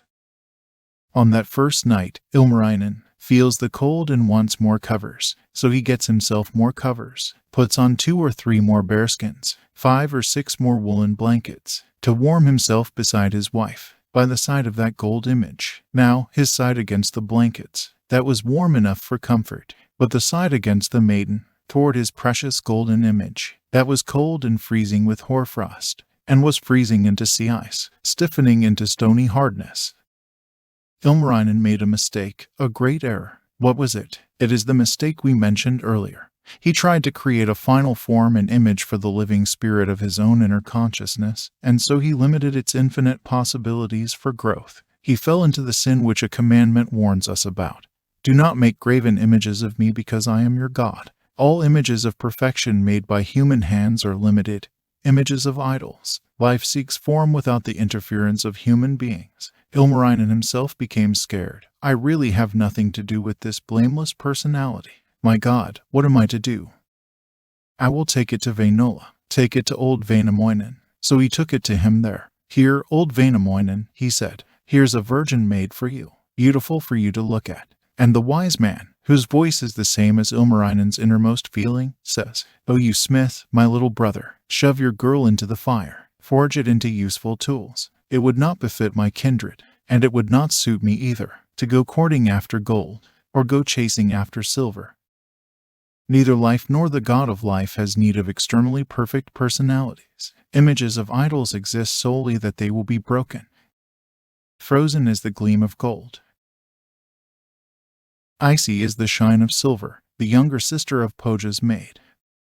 Ilmarinen fell into another error, which taught him certain things and from which he benefited, as he aspired to personal and moral perfection, and while renewing his efforts on the way of cleansing without awareness of his previous works for wages, Ilmarinen began to make remarkable observations regarding his sleep life. Now, in the same way as it happened for him as a propositional excursionist, though, of course, he did not remember it, his sleep consciousness grew clear and his dreams became astonishingly vivid and filled with meaning. Accompanying these dreams was a feature that most surprised Ilmarinen. First, while sleeping and dreaming, Ilmarinen felt himself to be very much in his daytime self. He could observe, think, control himself, perform deeds and make decisions in quite the same way as when awake. Gradually, he observed himself to have a body, although it was not his physical body. He could sometimes even observe his physical body sleeping, but this new body, available for him to use, was light and so extremely delicate that it could even go through walls. This nighttime vehicle looked the same as his physical body and wore similar clothes. Ilmarinen did not waste much thought on these matters, as long as he had other things on his mind. From his experiences he concluded that magicians and seers, perhaps in Lapland, probably used this delicate night body apparatus when falling into a trance. When Ilmarinen tired of aspiring to exemplary morality and observed that the results were empty, he returned to these nighttime experiences and gave them his due attention. He thought, because many mysterious possibilities are hidden within my soul, I want to begin to study and develop them. In that way I will find the true life and the peacefulness of God that I desire. The Kalevala tells nothing about the interlude during which Ilmarinen makes these observations, because it would have to be expressed with complete realism, and the Kalevala speaks the truth in veiled allegories. One must read the holy books frequently so that one understands what has been omitted in the text. The Kalevala throws itself into the middle of a new adventure, and begins to reveal how Ilmarinen tries to seek the living contents of his inner consciousness through the mediation of the younger sister of his inner consciousness, that is to say, through his sleep consciousness. In other words, Ilmarinen left for Pohjola to propose to the younger sister of Pohjola's maiden. Ilmarinen, smith eternal, cast aside his golden image, threw away his silver bride. Then he harnessed up his colt, hitched up Brownie to the sleigh. He himself sits in the sleigh, mounts up in his basket sleigh, he decided to set out, and as he went he contemplated, begging for another daughter, a second wife from Pohjola. By the conclusion of the Kalevala's 38th rune, Ilmarinen quite clearly remembers his previous union with the girl of Pohja. Lauhi's first question when she sees Ilmarinen concerns the well-being and circumstances of her daughter. After all, she was living as a daughter-in-law in the homestead of her husband, as a woman in the home of her mother-in-law.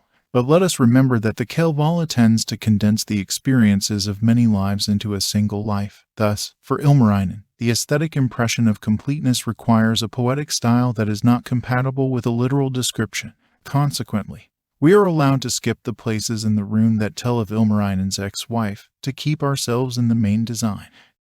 When Ilmarinen asks the mistress of Pohjola for her younger daughter, he is denied, and when he encounters the girl in a hut, a child sings from the floor. Do not, maiden, you my sister, fall in love with such a suitor, for the sweet talk of his tongue, or his noble turn of leg. By his gums he is a wolf, in his pockets foxy tricks, hiding bear claws in his armpits, at his belt blood drinker's knife, to chop a head or slash a spine. And the maid answers Ilmarinen, no, I will not go with you, nor respect such trifling suitors, but in this girl there is something worthy of a better husband, match for a finer figured man, meant to grace a finer sleigh, better homesteads, higher stations, than a blacksmith's charcoal sheds, hearth fires of a dullard husband. But Ilmarinen does not give up, and when nothing else works, he turns to violence. As he snatched the girl up to him, grasped her in his mighty paws, like a snowstorm rushed outdoors, dashing to his waiting sleigh, tossed the girl into it quickly, slung her in his basket sleigh, as he sped off on his journey, ready to travel fast and far, one hand on the stallion's reins, the other on the maiden's nipples. For Ilmarinen, no joy will ever come from this violent deed. Along the way the girl weeps and complains, scolds and curses. Ilmarinen works hard to find peaceful answers to the girl's abusive words. When they stop for the night in a village, Ilmarinen falls into a deep sleep, while another man is laughing with the sleeper's woman. In the morning Ilmarinen wakes up and understands his own wife's unfaithfulness. Because he has not yet gotten the girl as his own, becomes angry at that kind of bride and sings her into a sea-mew to scream about the barren skerries. Then he sits himself down in his sleigh and, in bad humor, travels back to his own country. Despite all the effective realism here, this is really a striking allegorical description of Ilmarinen's psychological efforts. While Ilmarinen journeys along the psychic way, guided by his sleep consciousness, mysterious abilities and forces hiding within his body begin to awaken. So he devotes himself to the game which wise men have long warned dear humankind about. As the child on the floor sings, Ilmarinen is still like a bear in this respect. He does not have the reason and the knowledge with which he could control those new abilities. And without wise and humane guidance, the new psychic abilities are like Pohjola's younger daughter, wicked, arbitrary, deceitful. They promise a great deal. Our name is clairvoyance, increasing the distance of your sight and granting power over the elements and human beings. We will take you to the gods' secret negotiations and bring you all that you desire on earth. But they take a human being to ruin unless he is their master. Ilmarinen awakens within his physical body the clairvoyant and the claridient senses, which have the following quality. In front of him unfolds Chulma and the realm of death where the deceased dwell in their longings and distresses. All of these beings now rush to his side, each asking for different kinds of help. One requests Ilmarinen's cooperation in arranging something on the earth. Another desires to have sensory feelings of enjoyment again and prays on his knees for Ilmarinen to loan him his body, just for a moment. Still another is awkward being in Chulma and asks Ilmarinen to help him escape. All day long these unhappy beings gather around Ilmarinen and do not give him a moment's rest. Ilmarinen's heart is overflowing with compassion and he tries to help the poor but soon observes that this is not possible. First of all, there are too many begging for help, and secondly, his own sense of justice often conflicts with their requests, and when he does not help them, they swear at him and torment him by other means. Where have I come to? He cries out, to the company of the devil. What must I do? He realizes that the fault is truly in his own clairvoyance, and with his soul's entire force he tries to free himself from it, to conjure it away from himself, and finally succeeds. Ilmarinen cannot master the abilities he has awakened, but he is delivered from being destroyed at their hands. For what reason? By virtue of his own internal sense of truth and justice. He has this internal sense as an inborn inheritance from his initiation. Because Ilmarinen has already carried out the great mental initiation, which planted the spirit of love into his heart, he is now saved and avoids the dangers of psychic powers. On the other hand, how different will be the results for the many who, without benefit of the inner experience of initiation, try to awaken the supersensual forces. Ilmarinen was initiated into love, and he thus cannot fall under the power of evil. He can make mistakes, and his experiences are very difficult, but at the moment of distress his intuition saves him. After his eyes have been opened, he first thinks, "Should I kill her?" And he answers himself, "No, no violence with the sword of truth. I will just sing her away from my consciousness and memory." He leaves the temptations of his sleep consciousness and returns to his old familiar day consciousness. On his way home he meets Väinämöinen, who asks him with subtle mockery, "Smith and brother Ilmarinen, where did you leave her, that young woman, that young sweetheart that we heard of, since you come back all alone, riding womanless as ever?" But Ilmarinen answers that, vexed, he sang such a woman into a sea muona scary. And now it quite seems as if we can read between the lines a little more. Väinämöinen, the wise seer, the master, finally approaches the struggling soul and speaks to it, not with irony, but with compassion. "Oh, you soul, do you continue to think that you really travel alone? Haven't you opened your eyes yet to the fact that the real Pohja girl is already your own? Don't you remember your wedding in Pohjola? Don't you know that you are already one with your higher self? Look, you have already been to Pohjola, and you have already forged the Sampo." And Väinämöinen asks Ilmarinen, "Well, my brother Ilmarinen, what has made you look so gloomy, with your peaked hat doubly crooked, coming back from Pohjola? How's the life up there in Northland?" The memories awaken in Ilmarinen, and he answers, "Truly, everything is all right in the secret world of my inner consciousness, because within it the knowledge of the truth is hidden, not in the psychic realm of the sleep consciousness." In the Kalevala's words, "How's the living there in Pohjola? There they have the Sampo grinding, many-colored cover spinning, one day grinding things to eat, on the second things to barter, third day things to keep at home. What I say in truth, and repeat what I relate, how they live in Pohjola, since they got the Sampo there. There's the plowing and the planting, there are crops of every kind, their prosperity unending." "Well," remarks Väinämöinen, "now you understand, brother Ilmarinen, that the Sampo must be taken from Pohjola. You had the right intention when you began to develop your psychic abilities, but your method was wrong. The Sampo must be brought from the inner consciousness, not from the sleep consciousness, and not with the aid of the daytime sleep consciousness, but by the secret." And he invites Ilmarinen with these Runo words, "Oho, good smith Ilmarinen, let us go to Pohjola, to get that precious Sampo there, to behold the ciphered cover." That is to say, now the inner consciousness and the secret, invisible world must be studied. Ilmarinen has already discovered the deep law of the visible world's life, but the invisible world has passed by him unexamined, and only in this invisible world can the secret of knowledge and power be found, the Sampo. The Sword of the Spirit. Ilmarinen certainly approves of Väinämöinen's proposition, but also remarks about the difficulties of the voyage. "But we cannot seize the Sampo, and behold its ciphered cover, from the dark of Pohjola, from the foggy land of sedges. There the Sampo has been taken, with its many-colored cover, into Pohjola's stone mountain, hidden in a hill of copper, and secured behind 9 locks, rooted there 9 fathoms deep, 1 root down in Mother Earth, second by a water run, third one on the homestead ground." When Väinämöinen answers, "Let us build a mighty warship, on it we will take the Sampo," we understand that Ilmarinen is willing to go but would rather travel by land. Travel over land is safer, let the devil go to sea. A little reluctantly, Väinämöinen agrees to this. "But then, if you do not like it, do not wish to go to sea, we can travel over land, following the shore road there." But at the same time he asks Ilmarinen to hammer me a sword, forge a new and fiery blade. Ilmarinen immediately sets to work, and with iron, steel, gold, and silver, he hammered out the blade at will, the sword, the very best of blades, which he then embossed with gold, and embellished then with silver. As Väinämöinen tests the new sword, observing, he turns and asks, "Will the sword match the man? Will the blade befit the bearer?" And he observes that it is so. Yes, the sword will match the man, and the blade befit the bearer. At the point a moon was gleaming, on the flat a sun was shining, and the hilt with stars was studded. On the blade a horse was neighing, on the knob a tomcat mewing, while a hound bayed on the scabbard. Being satisfied, Wainamoinen swung the sword, as if to split an iron mountain, and he said, "Now with this weapon, I could even split a mountain, or could crack a crag in two."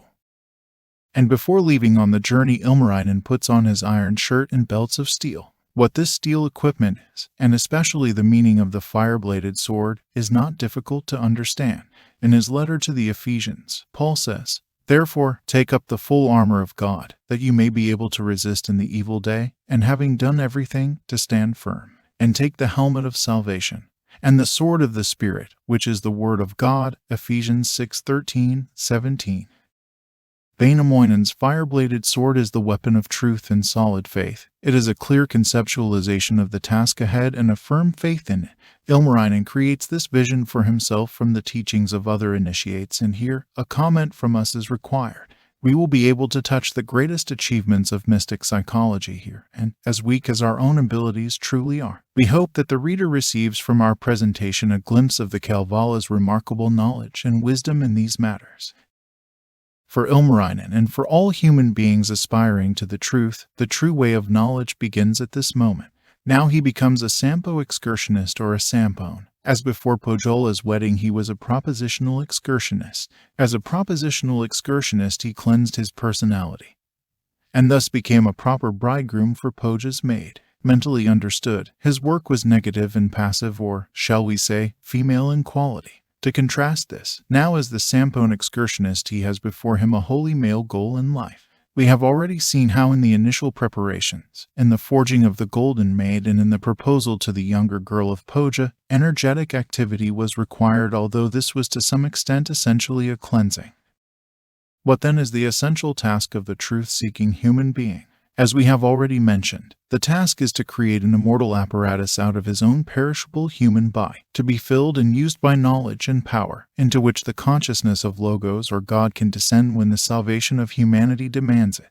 An initiate, you see, does not work for personal benefit, to attain something for himself. His motivation is his deep and invincible love for truth, for God, for humanity, and driven by this love he may initially, like Ilmarinen, stray, until it becomes clear what truly needs to be done. When he sets out to create from himself an immortal apparatus, his goal is for the consciousness of Logos or the holy wisdom of the universe to freely use him, if not immediately in the beginning, then when the time comes, for the purposes of a divine goal. He could not have undertaken this great work prior to his initiation. Before initiation, he does not have the self-conscious I which is independent from the physical body. In other words, his personal I is as mortal as the body. Consequently, how can the immortal be derived from the mortal? The initiation personalizes his immortal I, and thus his true I consciousness rises above the physical body and becomes independent from it. Although after reincarnating he is not aware of his inner achievement while in his day consciousness, this ignorance lasts only as long as it is useful for him to learn from errors. When the necessary learning has taken place, an inner certainty and harmony returns, and then the work of building can begin. From within and from above he must fashion from his body a magic apparatus which death does not touch. What is the nature of this work? Is it the transmutation of the perishable and mortal body, by some kind of magic, into something imperishable? No, but it is the creating of something imperishable through the aid of the body. Like the Kalevala says, it is accomplished by retrieving the Sampo from its hiding place within the body. Here we finally meet the occult-psychological meaning of the word Sampo. Sampo is the new, immortal, magic body that an initiate creates for himself through the mediation of the physical body. In this connection we will recall the following words of Paul, lest the reader think we speak without foundation, for this perishable must put on the imperishable, and this mortal must put on immortality. But when this perishable will have put on the imperishable, and this mortal will have put on immortality, then will come about the saying that is written, death is swallowed up in victory. O death, where is your victory? O death, where is your sting? Paul calls the Sampo body the heavenly and spiritual body, as we read in the following extract from the same epistle. There are also heavenly bodies and earthly bodies, but the glory of the heavenly is one, and the glory of the earthly is another. There is one glory of the sun, and another glory of the moon, and another glory of the stars, for star differs from star in glory. So also is the resurrection of the dead. It is sown a perishable body, it is raised an imperishable body, it is sown in dishonor, it is raised in glory, it is sown in weakness, it is raised in power, it is sown a natural body, it is raised a spiritual body. If there is a natural body, there is also a spiritual body. And also, however, the spiritual is not the first, but the natural, then the spiritual. The first man is from the earth, earthy, the second man is from heaven. As is the earthy, so also are those who are earthy, and as is the heavenly, so also are those who are heavenly. And just as we have borne the image of the earthy, we shall also bear the image of the heavenly. And to emphasize that he is not speaking here about physical resurrection, but about mental rebirth, Paul adds, whispering, "Behold, I tell you a mystery, we shall not all sleep, but we shall all be changed." The heavenly magic body, the Sampo, is also said to be the sun body or the multicolored cover because it gleams like the sun when completely formed and is seen in the sage's eye as a very shiny light wheel. In the middle of this can be dimly seen the delightful features of the completed human being, the master in heaven, or ogoids, as the Greek philosophers who were initiated into the mysteries would say. Likewise, Ilmarinen's mental image gleams like the fire-bladed sword, the golden sword, and so on.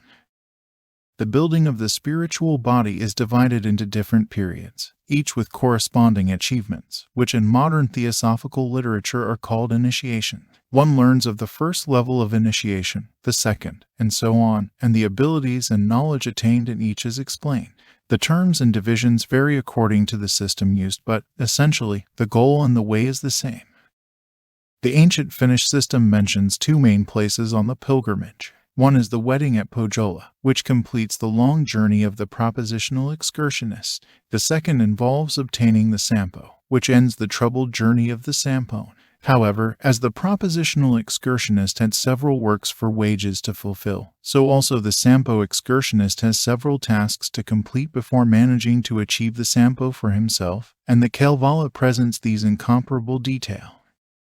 There are, as we mentioned, different periods in the creating of the heavenly body, different points during the long journey to Pohjola, and the Kalevala identifies four divisions, naming them as follows: 1. The rowing of the boat, 2. The playing of the cantel, 3. The taking of the Sampo, and 4. The final battle, in which the Sampo is shattered. In the rowing of the boat the sun body is shaped to the point of becoming a water body. In the playing of the cantel it becomes thinner, is made into an air body. And in the taking of the Sampo it is formed into a fire body which, in the final battle, sends its force outward, like the sun, into the world. At each stage the Kalevala expresses the evil corresponding to each achievement of good. The rowing of the boat ultimately teaches Ilmarinen the lesson of psychicality and mediumship. He began to learn this when he left to propose to the younger daughter of Pohjola. The playing of the cantel, on the other hand, clarifies the distinction between right and wrong influence. The taking of the Sampo makes known the distinction between good and evil sorcery, and the final battle identifies the difference between human self-righteousness and divine sacrifice. Perhaps these things, which are very difficult to understand, will become clearer if we explain them one by one. There is something we must keep in mind. Though the Kalevala's primary heroes, Vainamoinen, Ilmarinen, and Lemminkainen, participate in the Sampo expedition, they do not represent separate people in the psychological sense. One of them, Ilmarinen, is the initiated truth seeker. Vainamoinen and Lemminkainen represent different sides of Ilmarinen. Vainamoinen is certainly a master seer, but he is also Ilmarinen's will and the innermost divine sound or conscience through which he speaks as a master. On the other hand, Lemminkainen is Ilmarinen's internal sentiment of love and blessedness, which he attained by himself, and so is, in a way, Pohja's virgin in a new form. The boat journey. Vainamoinen initially consents to Ilmarinen's request that the journey to Pohjola be made by land. Since you do not understand the matter, we will travel by shore. Let us search for a horse and bridle it with a golden bridle to cart we two men along the shore. Naturally, Ilmarinen is distrustful of the sea and wants to travel to Pohjola by land. Earlier he traveled to Pohjola several times, to the secret world of his inner consciousness, by means of his sleep consciousness, and experienced only worry and harm. At any rate, he traveled by land in the sense that he was in the day conscious eye of his mundane physical body. Now he realizes that when Wainamoinen suggests they travel by sea that he must abandon his day consciousness and rely on the dangerous sleep consciousness. Therefore, it is no wonder that Ilmarinen starts off feeling that his courage will desert him. The two men did not travel far before they encountered a vessel weeping, a boat bewailing. When Wainamoinen asks the reason for this sorrow, the boat answers, "Other vessels, even bad ones, are always going off to war. Here I am, a well-built vessel, 100 planker in construction, left to rot among my woodchips, lying here where I was built." Then Wainamoinen considers this to be a mirage of fate and says with comforting words, "Do not cry now, wooden boat. Stop lamenting, oarlock vessel. Soon enough you'll go to war, shuttling back and forth to battle. You, the product of the Maker, creation of the great Creator." And after hearing this, which makes it clear that this boat is no odder than other boats, Wainamoinen left the horse upon the sand, hitched the halter to a tree, threw the reins across a branch, pushed the boat into the water, sang it out upon the billows. In this episode, the Kalevala wishes to describe an awakening that happens in Ilmarinen's consciousness, how his ideas about acquiring the Sampo change and become enhanced, and how the sleep realm now appears to him in a new light. The moaning boat is like the sound of a memory awakening in his soul. "Don't you trust me anymore, Ilmarinen? I am truly much older than your day consciousness. You received your day consciousness the last time you were born on earth, but you received me during Pohjola's wedding. Don't you remember that you were initiated with Pohjola's delightful virgin? Don't you remember how you and your spouse were united in me? Don't you recall how your day consciousness grew and expanded as if from the earth to heaven when you joined with the Virgin of Pohjola? Where did your consciousness travel? And through what agency did this happen? Only with my aid. You stored in your brain the consciousness that you experienced in me. Now you have a new brain and you have forgotten. But you will awaken your memories to life again. All those who have known the Virgin of Pohjola and leave to battle for the Sampo utilize such boats as I am no stranger than the others."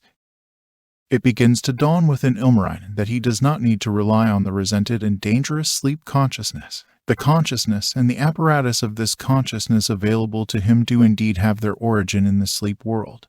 But this in itself is not dangerous. The danger lay in moving his day consciousness into the sleep world when, in fact, the sleep world's greater consciousness is meant to gradually awaken within his day consciousness. Ilmarinen begins to remember the grand spiritual experience he had in the past, and this now awakens within him like a new confidence in his own powers. He need not fear the unconscious when abandoning himself into the care of his own secret consciousness. An abyss does not loom beyond the day consciousness. It is not an empty and bottomless void, but a wider, greater, and deeper consciousness which is already familiar to him. And Ilmarinen understands that one cannot reach the Sampo by other means. By itself, the day consciousness cannot build it with its own powers. The sun body must be built from inside and from above. Its seed must already exist. It is the seed that develops and grows as if by itself. And this seed is given by life when a human being is created to be a human being. The human being becomes conscious of this seed during initiation. Now Ilmarinen no longer resists his innermost sound through which the wisdom of Wainamoinen speaks. The boat is prepared for them to use and is pushed out on the waters. Then Lemminkainen also joins the expedition. Wainamoinen chants on softly, conjured one side of the vessel, full of lads with sleek brushed hair, iron-fisted, leather-booted, conjured on the other side, troops of tinsel-headed maidens, tinny trinkets in their hair, tinsel-headed, copper-belted, graceful girls with gold-ringed fingers. Wainamoinen went on singing, sang the benches full of people, of the older generation, idle elders, long-time sitters, where a little room is left them, by the younger generation. Here we can see what a miraculous boat they have and what a miraculous journey is underway. Wainamoinen sings the boat full of people. They are not ordinary human beings who would have come from their homes, but beings chanted into view by magic power, and this is confirmed because they cannot get the boat to move. Wainamoinen sat down at the stern and then he set the youths to rowing, with the maidens sitting idly. As they rowed, the oars were bending, but the boat did not move on. And the same thing happened with the maids, and the old people as well. The journey was not making any progress. When Ilmarinen finally sat down to row, blithely ran the wooden boat, sped the boat, the journey quickened, splash of oars was heard afar, far the creaking of the oarlocks. And thus the Kalevala tells us how Ilmarinen became accustomed to using his new apparatus of consciousness, the first form of the Sampo or the so-called water body. For the specialist, the rune's own words are witness to what is involved here. The word boat refers to the fact that this is a question of the emotions sleep world, which is usually symbolized by the term water. The water body is shaped by emotions, created from the force of love. But why was a boat chosen as the symbol? Would not a living being that can swim be acceptable? When we discussed the works for wages, Hayes's gelding corresponded to the foam of emotions. Also, Plato wrote that the human being of reason is a rider, and the feelings and passions in him are the mount that he leads. This is quite true, but the Kalevala's chosen symbol of the boat shows, in a subtle manner, that this is no more a question of the emotional character of an ordinary human being who may still, like an animal, be independently willful. Instead, it is now a question of the cleansed emotional life of the initiate whose selfishness has died. Therefore, a lifeless thing, a boat, is more appropriate. Above all, what proves that the Kalevala speaks about an occult apparatus for consciousness are the many human-like beings chanted into existence by Wainamoinen to sit in the boat. These beings represent the water body's many faculties or senses which are used to study the emotional sleep world. But on what foundation do we say this? This is based on the following two considerations. First, the senses of the water body are not spatial in the same way that those of the physical body are. Rather, they are everywhere. Some are in front, some in back, on the right and the left, at every side. It is as if the whole body is a sense organ, and the different senses are not distinct from one another but exist together. The same sense mediates the sensations of sight, hearing, touch, and so on. One may also say that a human being in the water body sees, hears, feels, smells, and tastes with every part of the body, and this is vividly portrayed with the human-like beings placed on every side of the boat. Second, in the emotion realm of the sleep world, when we look at the subtle forms of things or, as is said, with the clairvoyant eye, a human being's usual feelings and passions are dressed with corresponding animal forms. One sees wolves, serpents, pigs, turtles, and so on, including every type of hybrid in which an exaggerated eye, mouth, or beak is especially frightening. This kind of vision usually occurs after death. The more a human being cleanses his emotions, the more the subtle forms of the thoughts and motions look like flowers and plants, or geometrical objects and crystals and so on, as happens in the meditation of the propositional excursionist. Only in rare cases does a thought of an uninitiated human being dress as a human. For example, this may happen if someone, with great love, wants to tell something to a relative. Consequently, the thinker's thought may appear before the relative in the form of the thinker.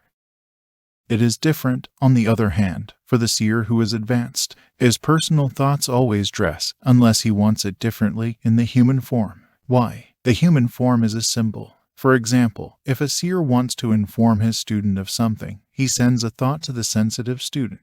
The thought behaves like a living being, searching and looking like the seer, and fulfills the task like an envoy, returning afterward to its sender. If the seer wishes to know about some matter, he can just as easily send out a thought to find out, and the thought returns with the needed information.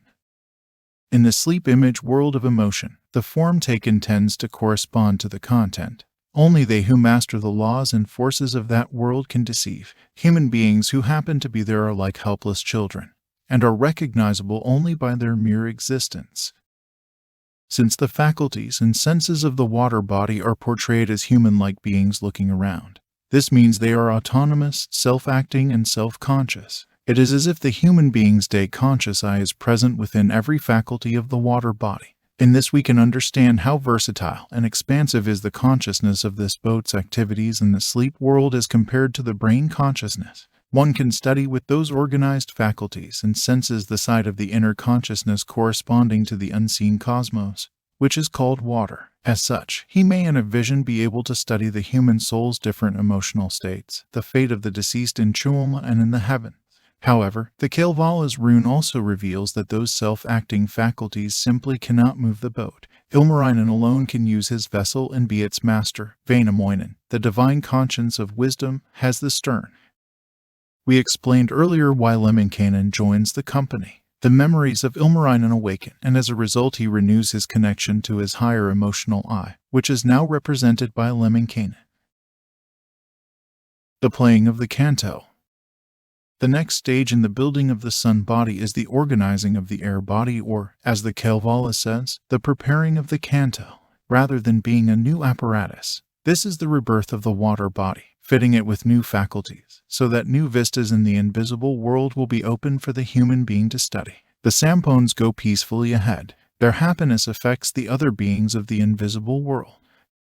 Steadfast old Wainamoinen sailed on singing on the water, striking joyance on the billows. Maidens on the tips of headlands looked and listened wonderingly. What's that joyance on the water? What those songs out on the billows? Each one better than before, tunes more moving than the others. They journeyed on the inland waters, through the marshland, and reached the rapids. The rapids were cleared without misfortune. Then old Wainamoinen steered, and the vessel rippled on, sailed between the rocks and reefs, over heaving swells and rollers, and the vessel was not halted, the magician's boat not grounded.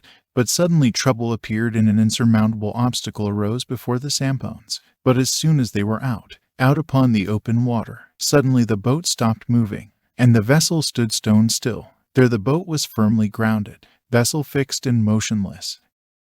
The obstacle was examined to see if it was a stone or a branch, and they discovered that the boat was stuck on the shoulders of a pike. Now, before we continue, we must discuss what this pike is. The name itself brings to mind the big and scaly pike which Ilmarinen caught from Chulna's river as his third work for wages, and we can expect that the Kalevala will here, as before, call the river Chulna's river. The catching of the pike meant that Ilmarinen had to purify the habits, faculties, and instincts which lived in his inner consciousness and at the same time in the physical bodies invisible there'll have. One wonders if now, on the Sampo journey, it has the same meaning. It does, though Ilmarinen does not approach this cleansing from the perspective of the day consciousness. Instead, it is done from the inner consciousness to bring about cleansing in the invisible world rather than the visible. The journey of the Sampone progresses downward from the self towards the body and not, as was the case with the propositional excursionist, the other way around. Therefore, without explicitly remarking so, the Kalevala indicates that this pike is also in Chulna's river. Now the habits, faculties, and instincts of the invisible ethereal half of the physical body are in question. Moving freely within his water body, a human being clings closely to the pike of the ethereal body. What is this? This simply means that he is as yet unable to shift his secret water body's consciousness to the physical brain, the day consciousness. His self-consciousness is not yet continuous and unbroken. In his day consciousness he is Ilmarinen number 1. In his sleep consciousness he is Ilmarinen number 2. This Ilmarinen number 2 is much more developed and skillful than number 1. The former is conscious of daily life, much smaller, and the day conscious Ilmarinen has only a fraction of the memories that his nighttime twin brother does. The latter's greater faculties manifest to the day consciousness only as transient magical events, as visions, revelations, passing inspirations, and so on. Chulna's stream of oblivion continues to divide the day consciousness from the secret consciousness. At any rate, the course of development ultimately demands that the reason for oblivion be eliminated. Consciousness must be made unbroken and continuous. The water body's faculties, instincts, and habits must be awakened within the physical brain. How does this happen? On their interrupted journey down the river, Wainamoinen first urges Lemminkainen to remove the obstacle.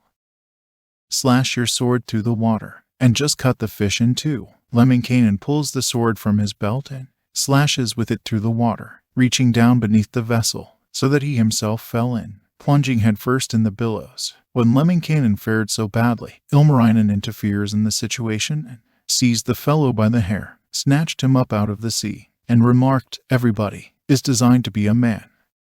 Then Ilmarinen himself pulls out his sword to cut the fish, but the sword crashed into fragments, yet the pike paid no attention. Wainamoinen moves to help, and his own fiery sword of truth does away with the pike. Then old Wainamoinen heaved the fish up from the water, but the great pike broke in two, tail part sinking in the sea, forepart landing on the vessel. Now the boat begins to move again, and Wainamoinen steers for shore, where the headpiece of the pike is boiled and eaten as a meal. With this rather humorous description, the Kalevala wishes to illustrate how difficult it is to take possession of the physical brain consciousness, and how imperturbable is the boundary of oblivion between the day consciousness and the secret consciousness. It does not happen in the twinkling of an eye, not at the moment of first enthusiasm, nor with the aid of gallant self-esteem, but only with a thoroughly premeditated, calm, and forceful effort. What specifically is it that needs to be done so that the water body, without hindrance, can affect the ethereal body and through it, the brain? The force center corresponding to the brain must be awakened to full action within the physical body's invisible twin. Consciousness will then be able to pass through without hindrance. In its normal behavior, it is like a whirlpool which swallows consciousness and, in effect, strikes it down into unconsciousness. The only thing entitled and skillful enough to awaken it is the sword of the spirit, a clear concept of the task to be performed, a firm faith in the unselfishness of one's motives, and patient, persistent effort. The sword is directed to the corresponding center of the brain. The pike's head part is eaten, and the secret consciousness is open to the physical brain. Now the human being will be able in broad daylight to use his water body's full faculties and characteristics. What before was spontaneous and spurious, bursting forth unannounced, now becomes a permanent capacity. If the aspiring seeker has already somewhat developed his water body's secret ability of perception, he will now become truly clairvoyant and claridian. He does not unknowingly attract the invisible world as a medium or natural psychic does, but moves within it as a free and masterful citizen. If he, on the other hand, in working on his water body through the virtues of his previous character, has learned how to associate with the higher beings of the invisible world and has received from them inspiring impressions, he now has the chance to wander in continuous inspiration, and always feels like a king among people. And yet only half of the work is done. The water body still needs to be changed into the air body. The Kalevala tells how Vainamoinen looks at the bones of the fish left on the rocks and ponders what he might build from them. Fashioned from the pike's great teeth, invented from its broad jawbone, somehow in a craftsman's workshop of a skillful artist, in the hands of mighty talent. When Ilmarinen suggests that only emptiness comes from nothing, Vainamoinen responds that it will become a cantel and immediately sets himself to work. Made the 5-stringed harp of pikebone, made a thing of joy forever. What's the body of it made of? Of the jawbone of the pike. And the pegs, what are they made of? Of the strong teeth of the pike. And the strings, what are they made of? From the mane of Hissi's gelding.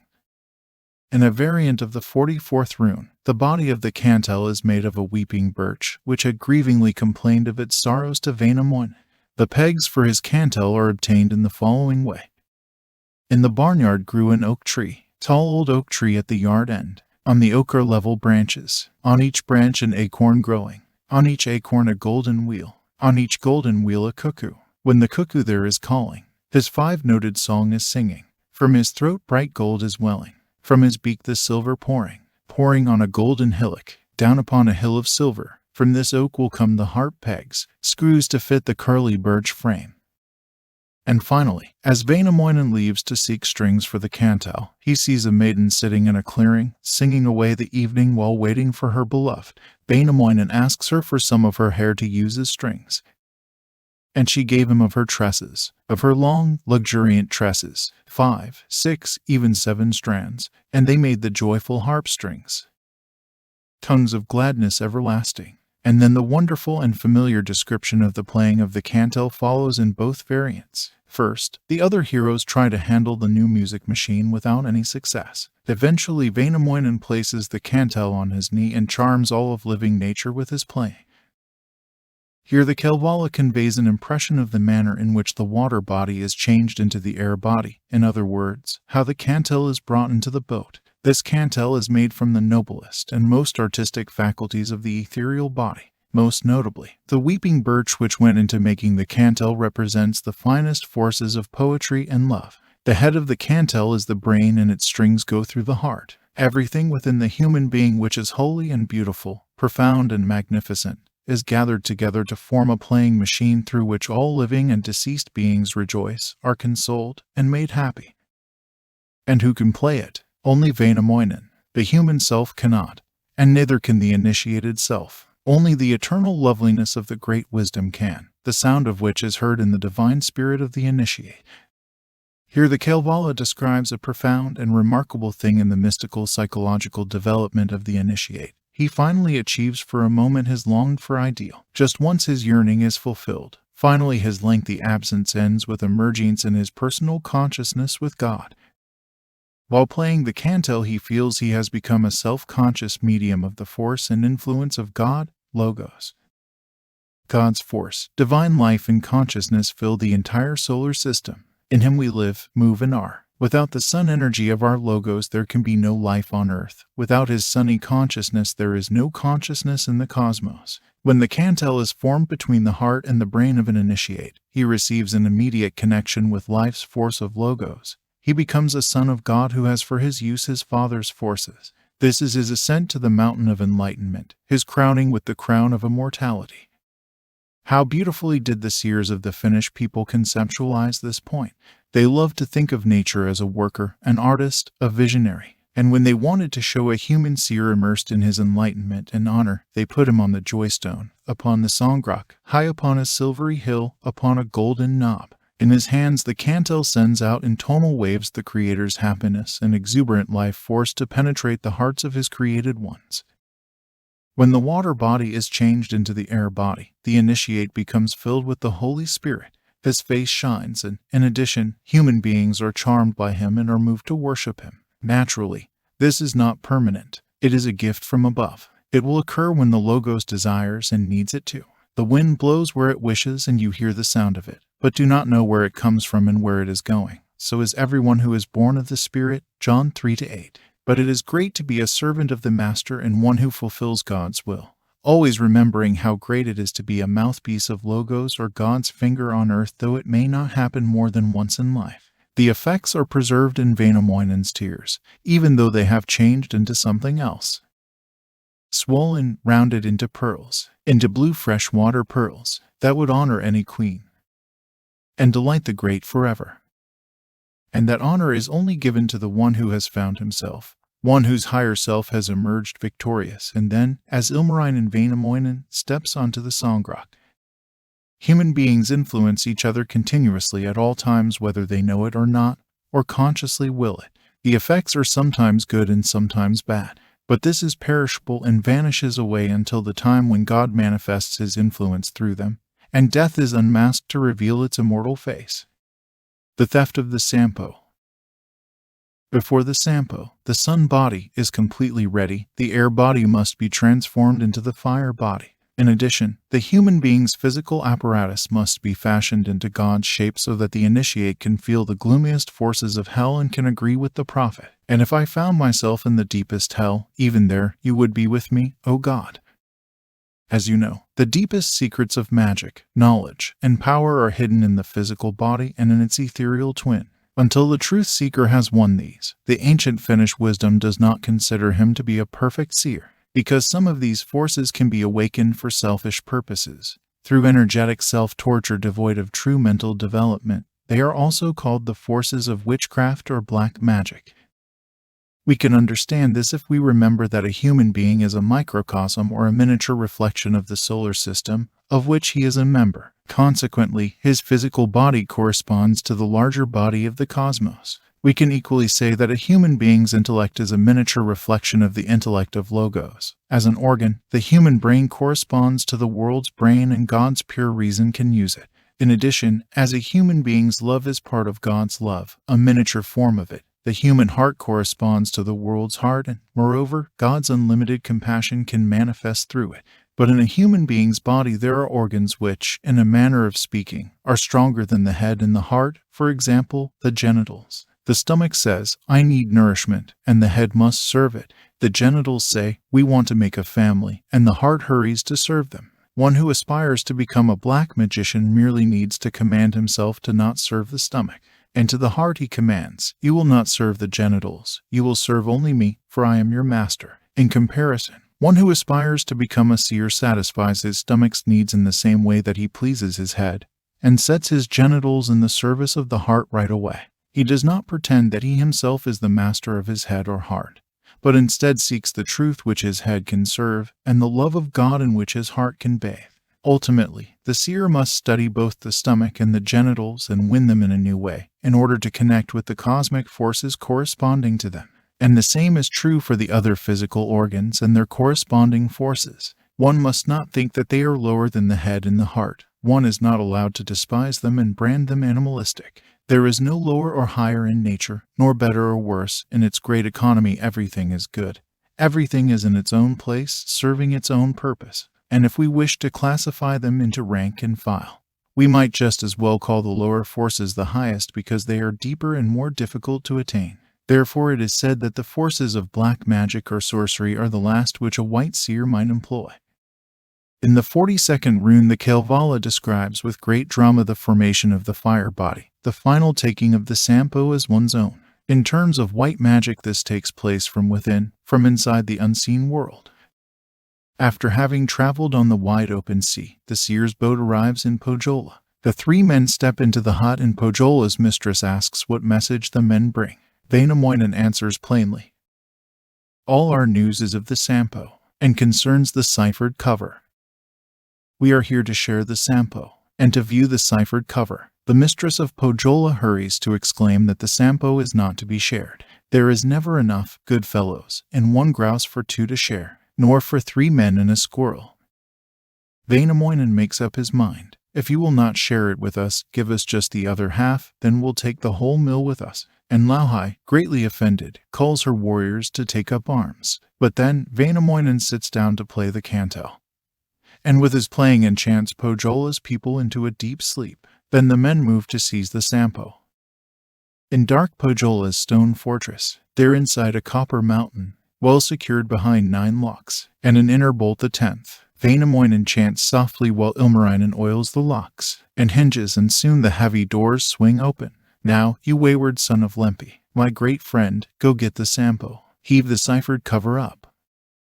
Vainamoinen urges, "Heave the ciphered cover up." And Lemminkainen tries to yank the Sampo from the earth, but it is rooted down to a depth of 9 fathoms. Lemminkainen is not able to loosen it until he uses Pohjola's strong bodied ox to plow up the Sampo's roots, the fastenings of the multicolored cover. When the Sampo is happily brought to the vessel, the 3 men begin to journey homeward, rejoicing with good humor. Lemminkainen has a mind to sing, but Vainamoinen explains that it is not good to sing until they are home. There are still dangers in the offing. If we say that a human being's heart is given to God at Pohjola's wedding, and especially in the formulation of the water body, we should also say that in creating the air body the head is given to God. For a human being to entirely and thoroughly be the temple of the Holy Spirit, the other organs of the body must be subdued and offered to God. As can be seen from the Kalevala's description, this is not an easy task. The Sampo or the sun body is hidden within the physical body to a depth of 9 fathoms. Behind 9, even 10 locks. In reality, 2 of the Sampo's roots have already been dug up, the head and the heart, although the rune doesn't mention this for aesthetic reasons. There remain the roots of the sacrum, the navel, the spleen, and so on. These are the ethereal force centers and their corresponding ganglionic nerve bundles of the parasympathetic nervous system within the physical body. The 9 or 10 gates are the body's 9 apertures. In Indian books it is said that the human body is the town of 9 gates: the ears, the eyes, the nostrils, the mouth, the rectum, and the genitals. Vainamoinen's playing enchants the people of Pohjola into a deep sleep. Likewise, with Ilmarinen's help, his song opens the 9 gates. This means that mastery of the physical senses has been achieved. The body has its own consciousness, and an aspiring truth seeker cannot master anything unless he treats it like a living being.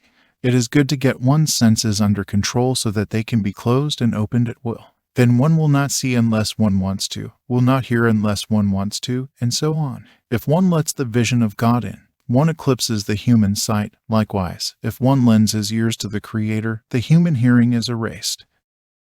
When Lemminkainen is given the task of bringing the Sampo out of the stone hill and into the daylight, this means that love, at this moment, must enliven all the force centers and nerve bundles of the body. This takes place with the help of the so-called serpent fire, which the Kalevala calls Pohjola's good ox. This name indicates the mighty power which is hidden in the serpent fire, because when this physical serpent fire awakens within a human being, the feeling may initially be so overwhelming that he literally realizes the words of Jesus, "I have won the world." He feels so invincible, so unshakable, and so strong within himself. Soon he learns to analyze the experience and distinguish which aspects of these feelings are illusions.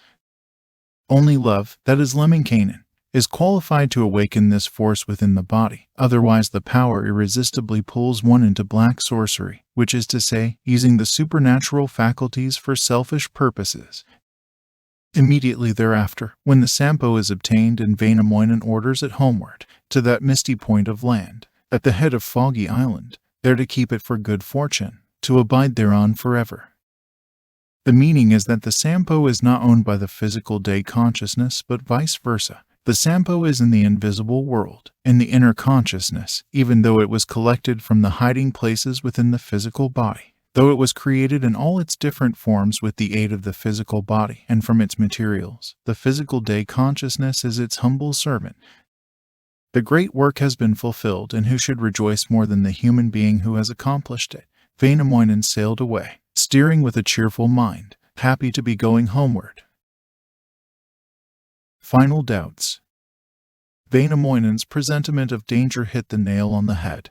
Lemminkainen should not have sung out until our own home doors appear, and their hinges creak out greetings. The worst of dangers and the most difficult trial still awaits the Sampo voyagers. Until now all had gone well. The journey to Pohjola was accomplished merrily. Lauhai and the people of Pohjola were chanted into a hypnotic trance, and the Sampo was seized and taken from the stone hill. But now Pohjola awakens from its deep sleep, and Lauhai, the mistress of Pohjola, prepares herself to retake the Sampo because when she noticed the Sampo was missing, Lauhai, matriarch of Northland, was disturbed, enraged by this, saw in it a loss of power and a loss of reputation. It is a general rule of nature, you see, that if someone obtains power over a certain element, he arouses those who have guarded that force and they become his enemies. In forming the sun body, a human being finally seizes the Sampo from its hiding places within his physical body, but it is not enough to say that he has achieved power over his own physical body. The fact remains that his body's organs correspond to specific forces and states in the cosmos, and these forces, the inhabitants of these states, rise up to oppose him, this daring one. Here the Kalevala makes a clear distinction between Kalevala and Pohjola. Kalevala wants the Sampo for the reason that it will benefit and provide happiness for all humanity, while the secret group of Pohjola keep it closed within the stone hill so that nobody even knows about it.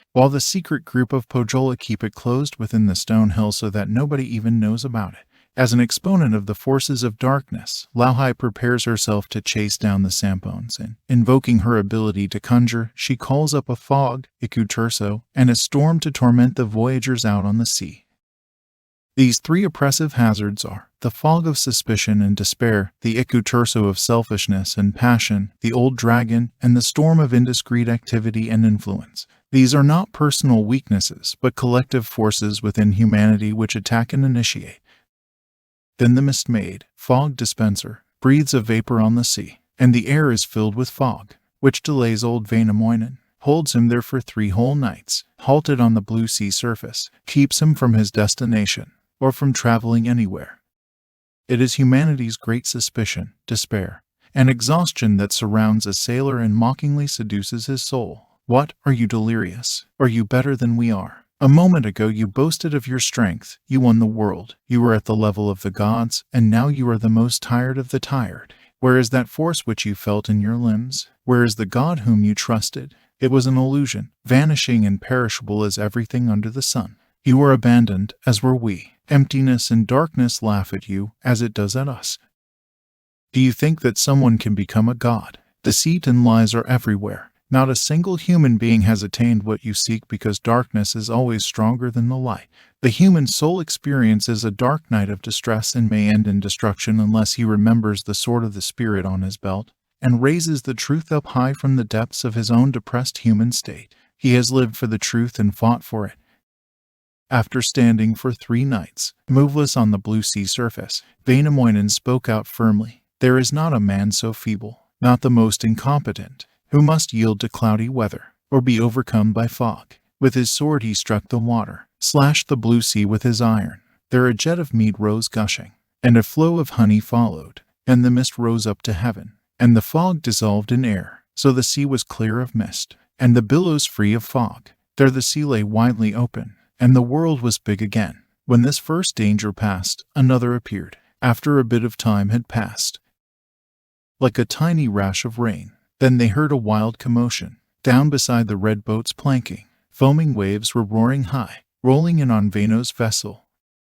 Ilmarinen was so terribly frightened that the blood drained from his features, while Vainamoinen looked down at the side of the boat and saw something odd. Eternal Turso, son of Ancient, in the sea beside the red boat, raised his head above the water, pushed his crown up through the billow.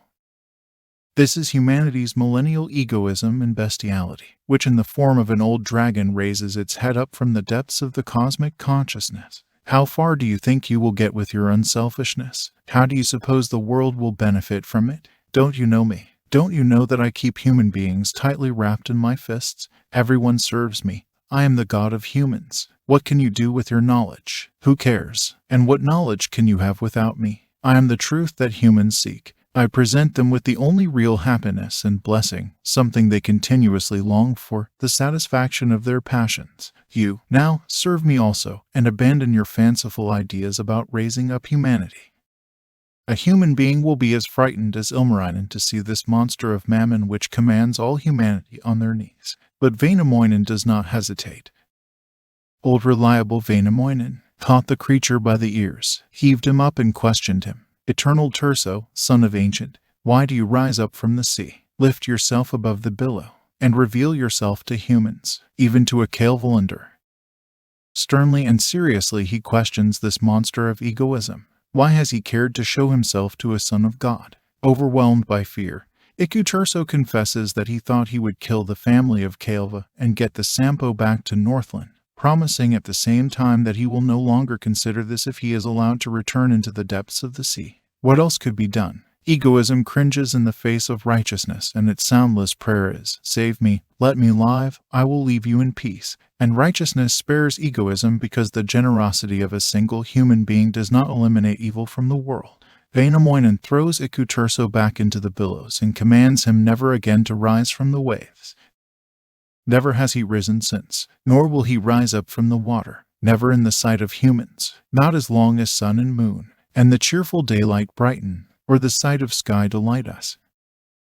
This second hazard is survived, and now comes the third. After a little time has passed, Ukko, the highest god, raises a storm the likes of which Ilmarinen has never before witnessed.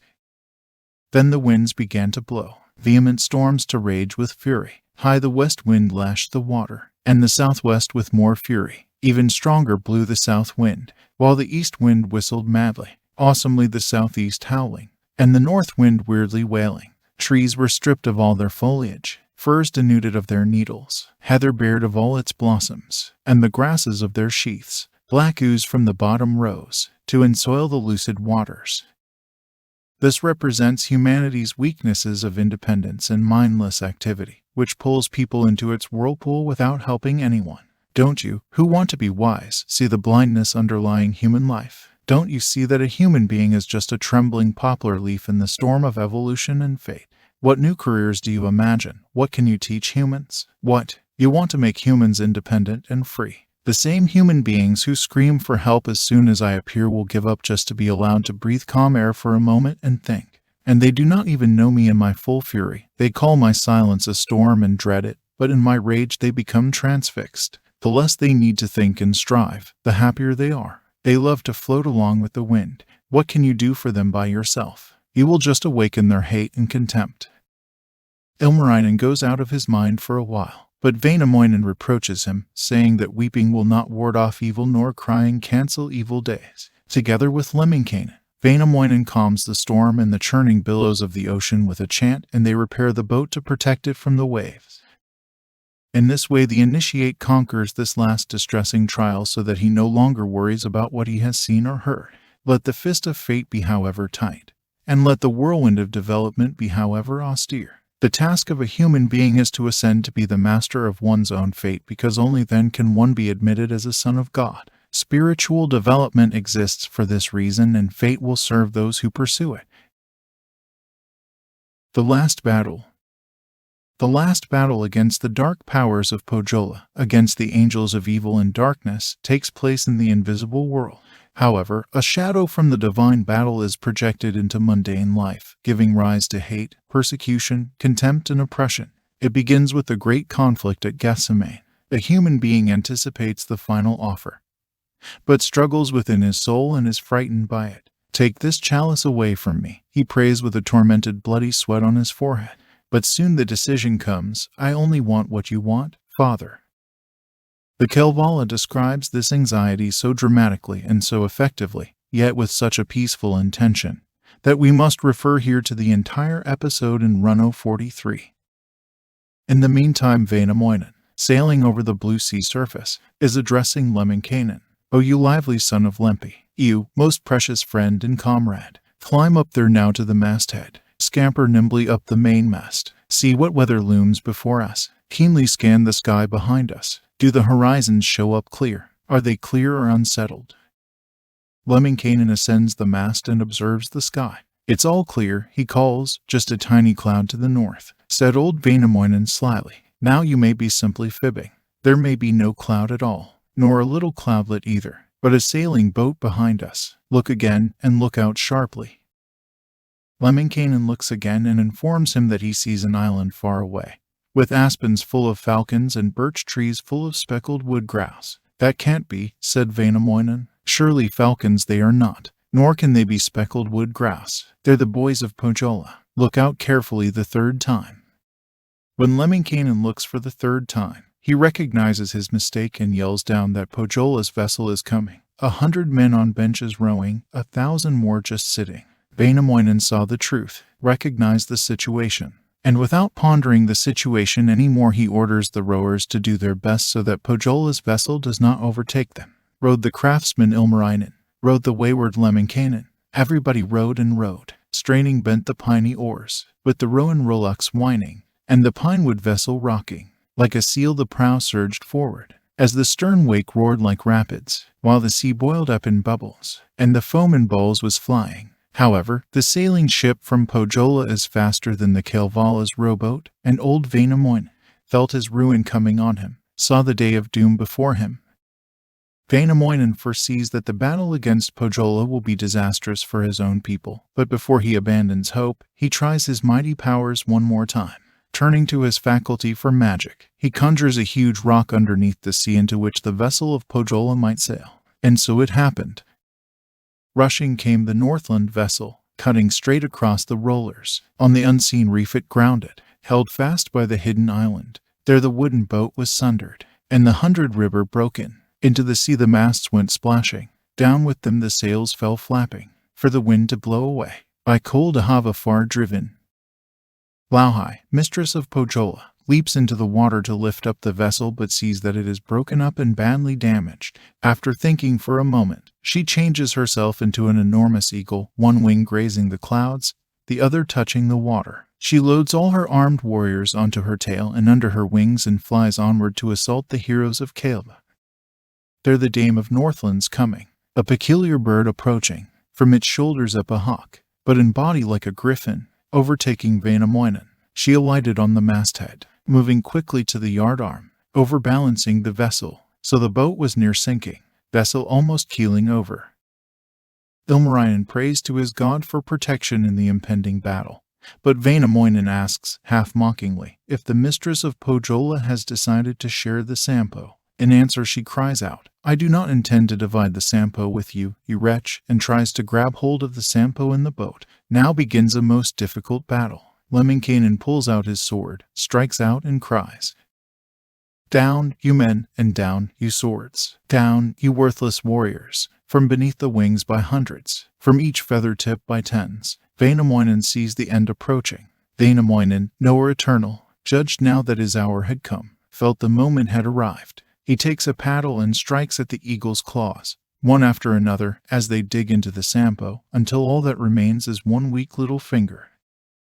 From her wings the lads came dropping. In the sea the men were splashing. From beneath her wings 100, from her tail 1,000 plunging. Then the eagle too came crashing, down upon the boat ribs tumbling, as a wood grouse drops from a treetop, as a squirrel from a fir branch. But oh, with her remaining ring finger Lauhi flails out for the Sampo and hooked it with her nameless finger. hurled it with its ciphered cover, over the side and into the sea, over the side of that red boat, into the depths of the deep blue sea, where the Sampo crashed to pieces, and the ciphered cover crumbled. The people of Pohjola were defeated, but at the same moment the Sampo was destroyed. How are we to understand the symbolism of this? Why was the Sampo lost again? We do not need to explain the symbolism of the battle against Pohjola because it is a vividly colorful description of a real battle in the unseen world. The psychological battle that is realistically described here holds true for the symbolic meaning.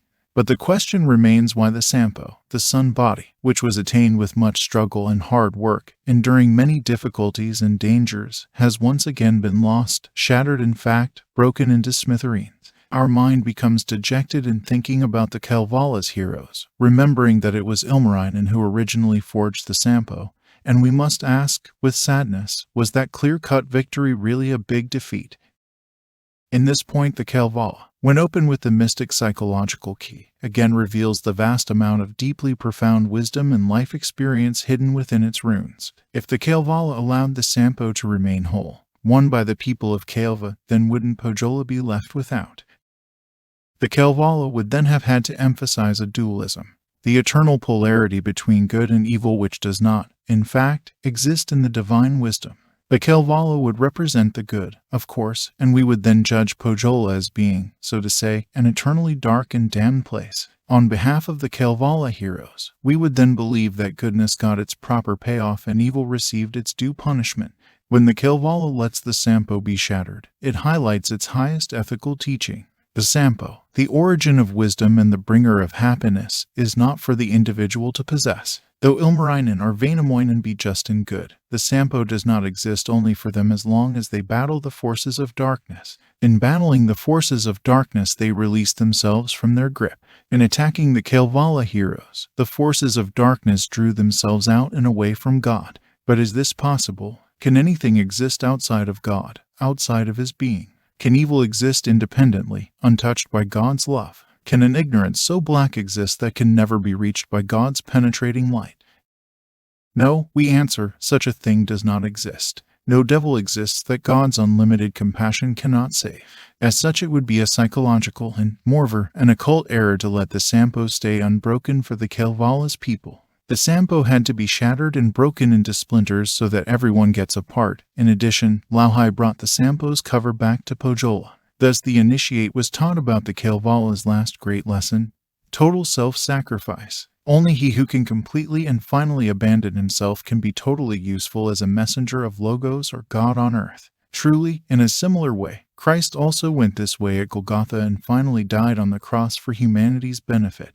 The Kalevala's description of Vainamoinen's relief and humble gratitude when he saw the wind and waves carrying the fragments of the Sampo to land is deep and humane.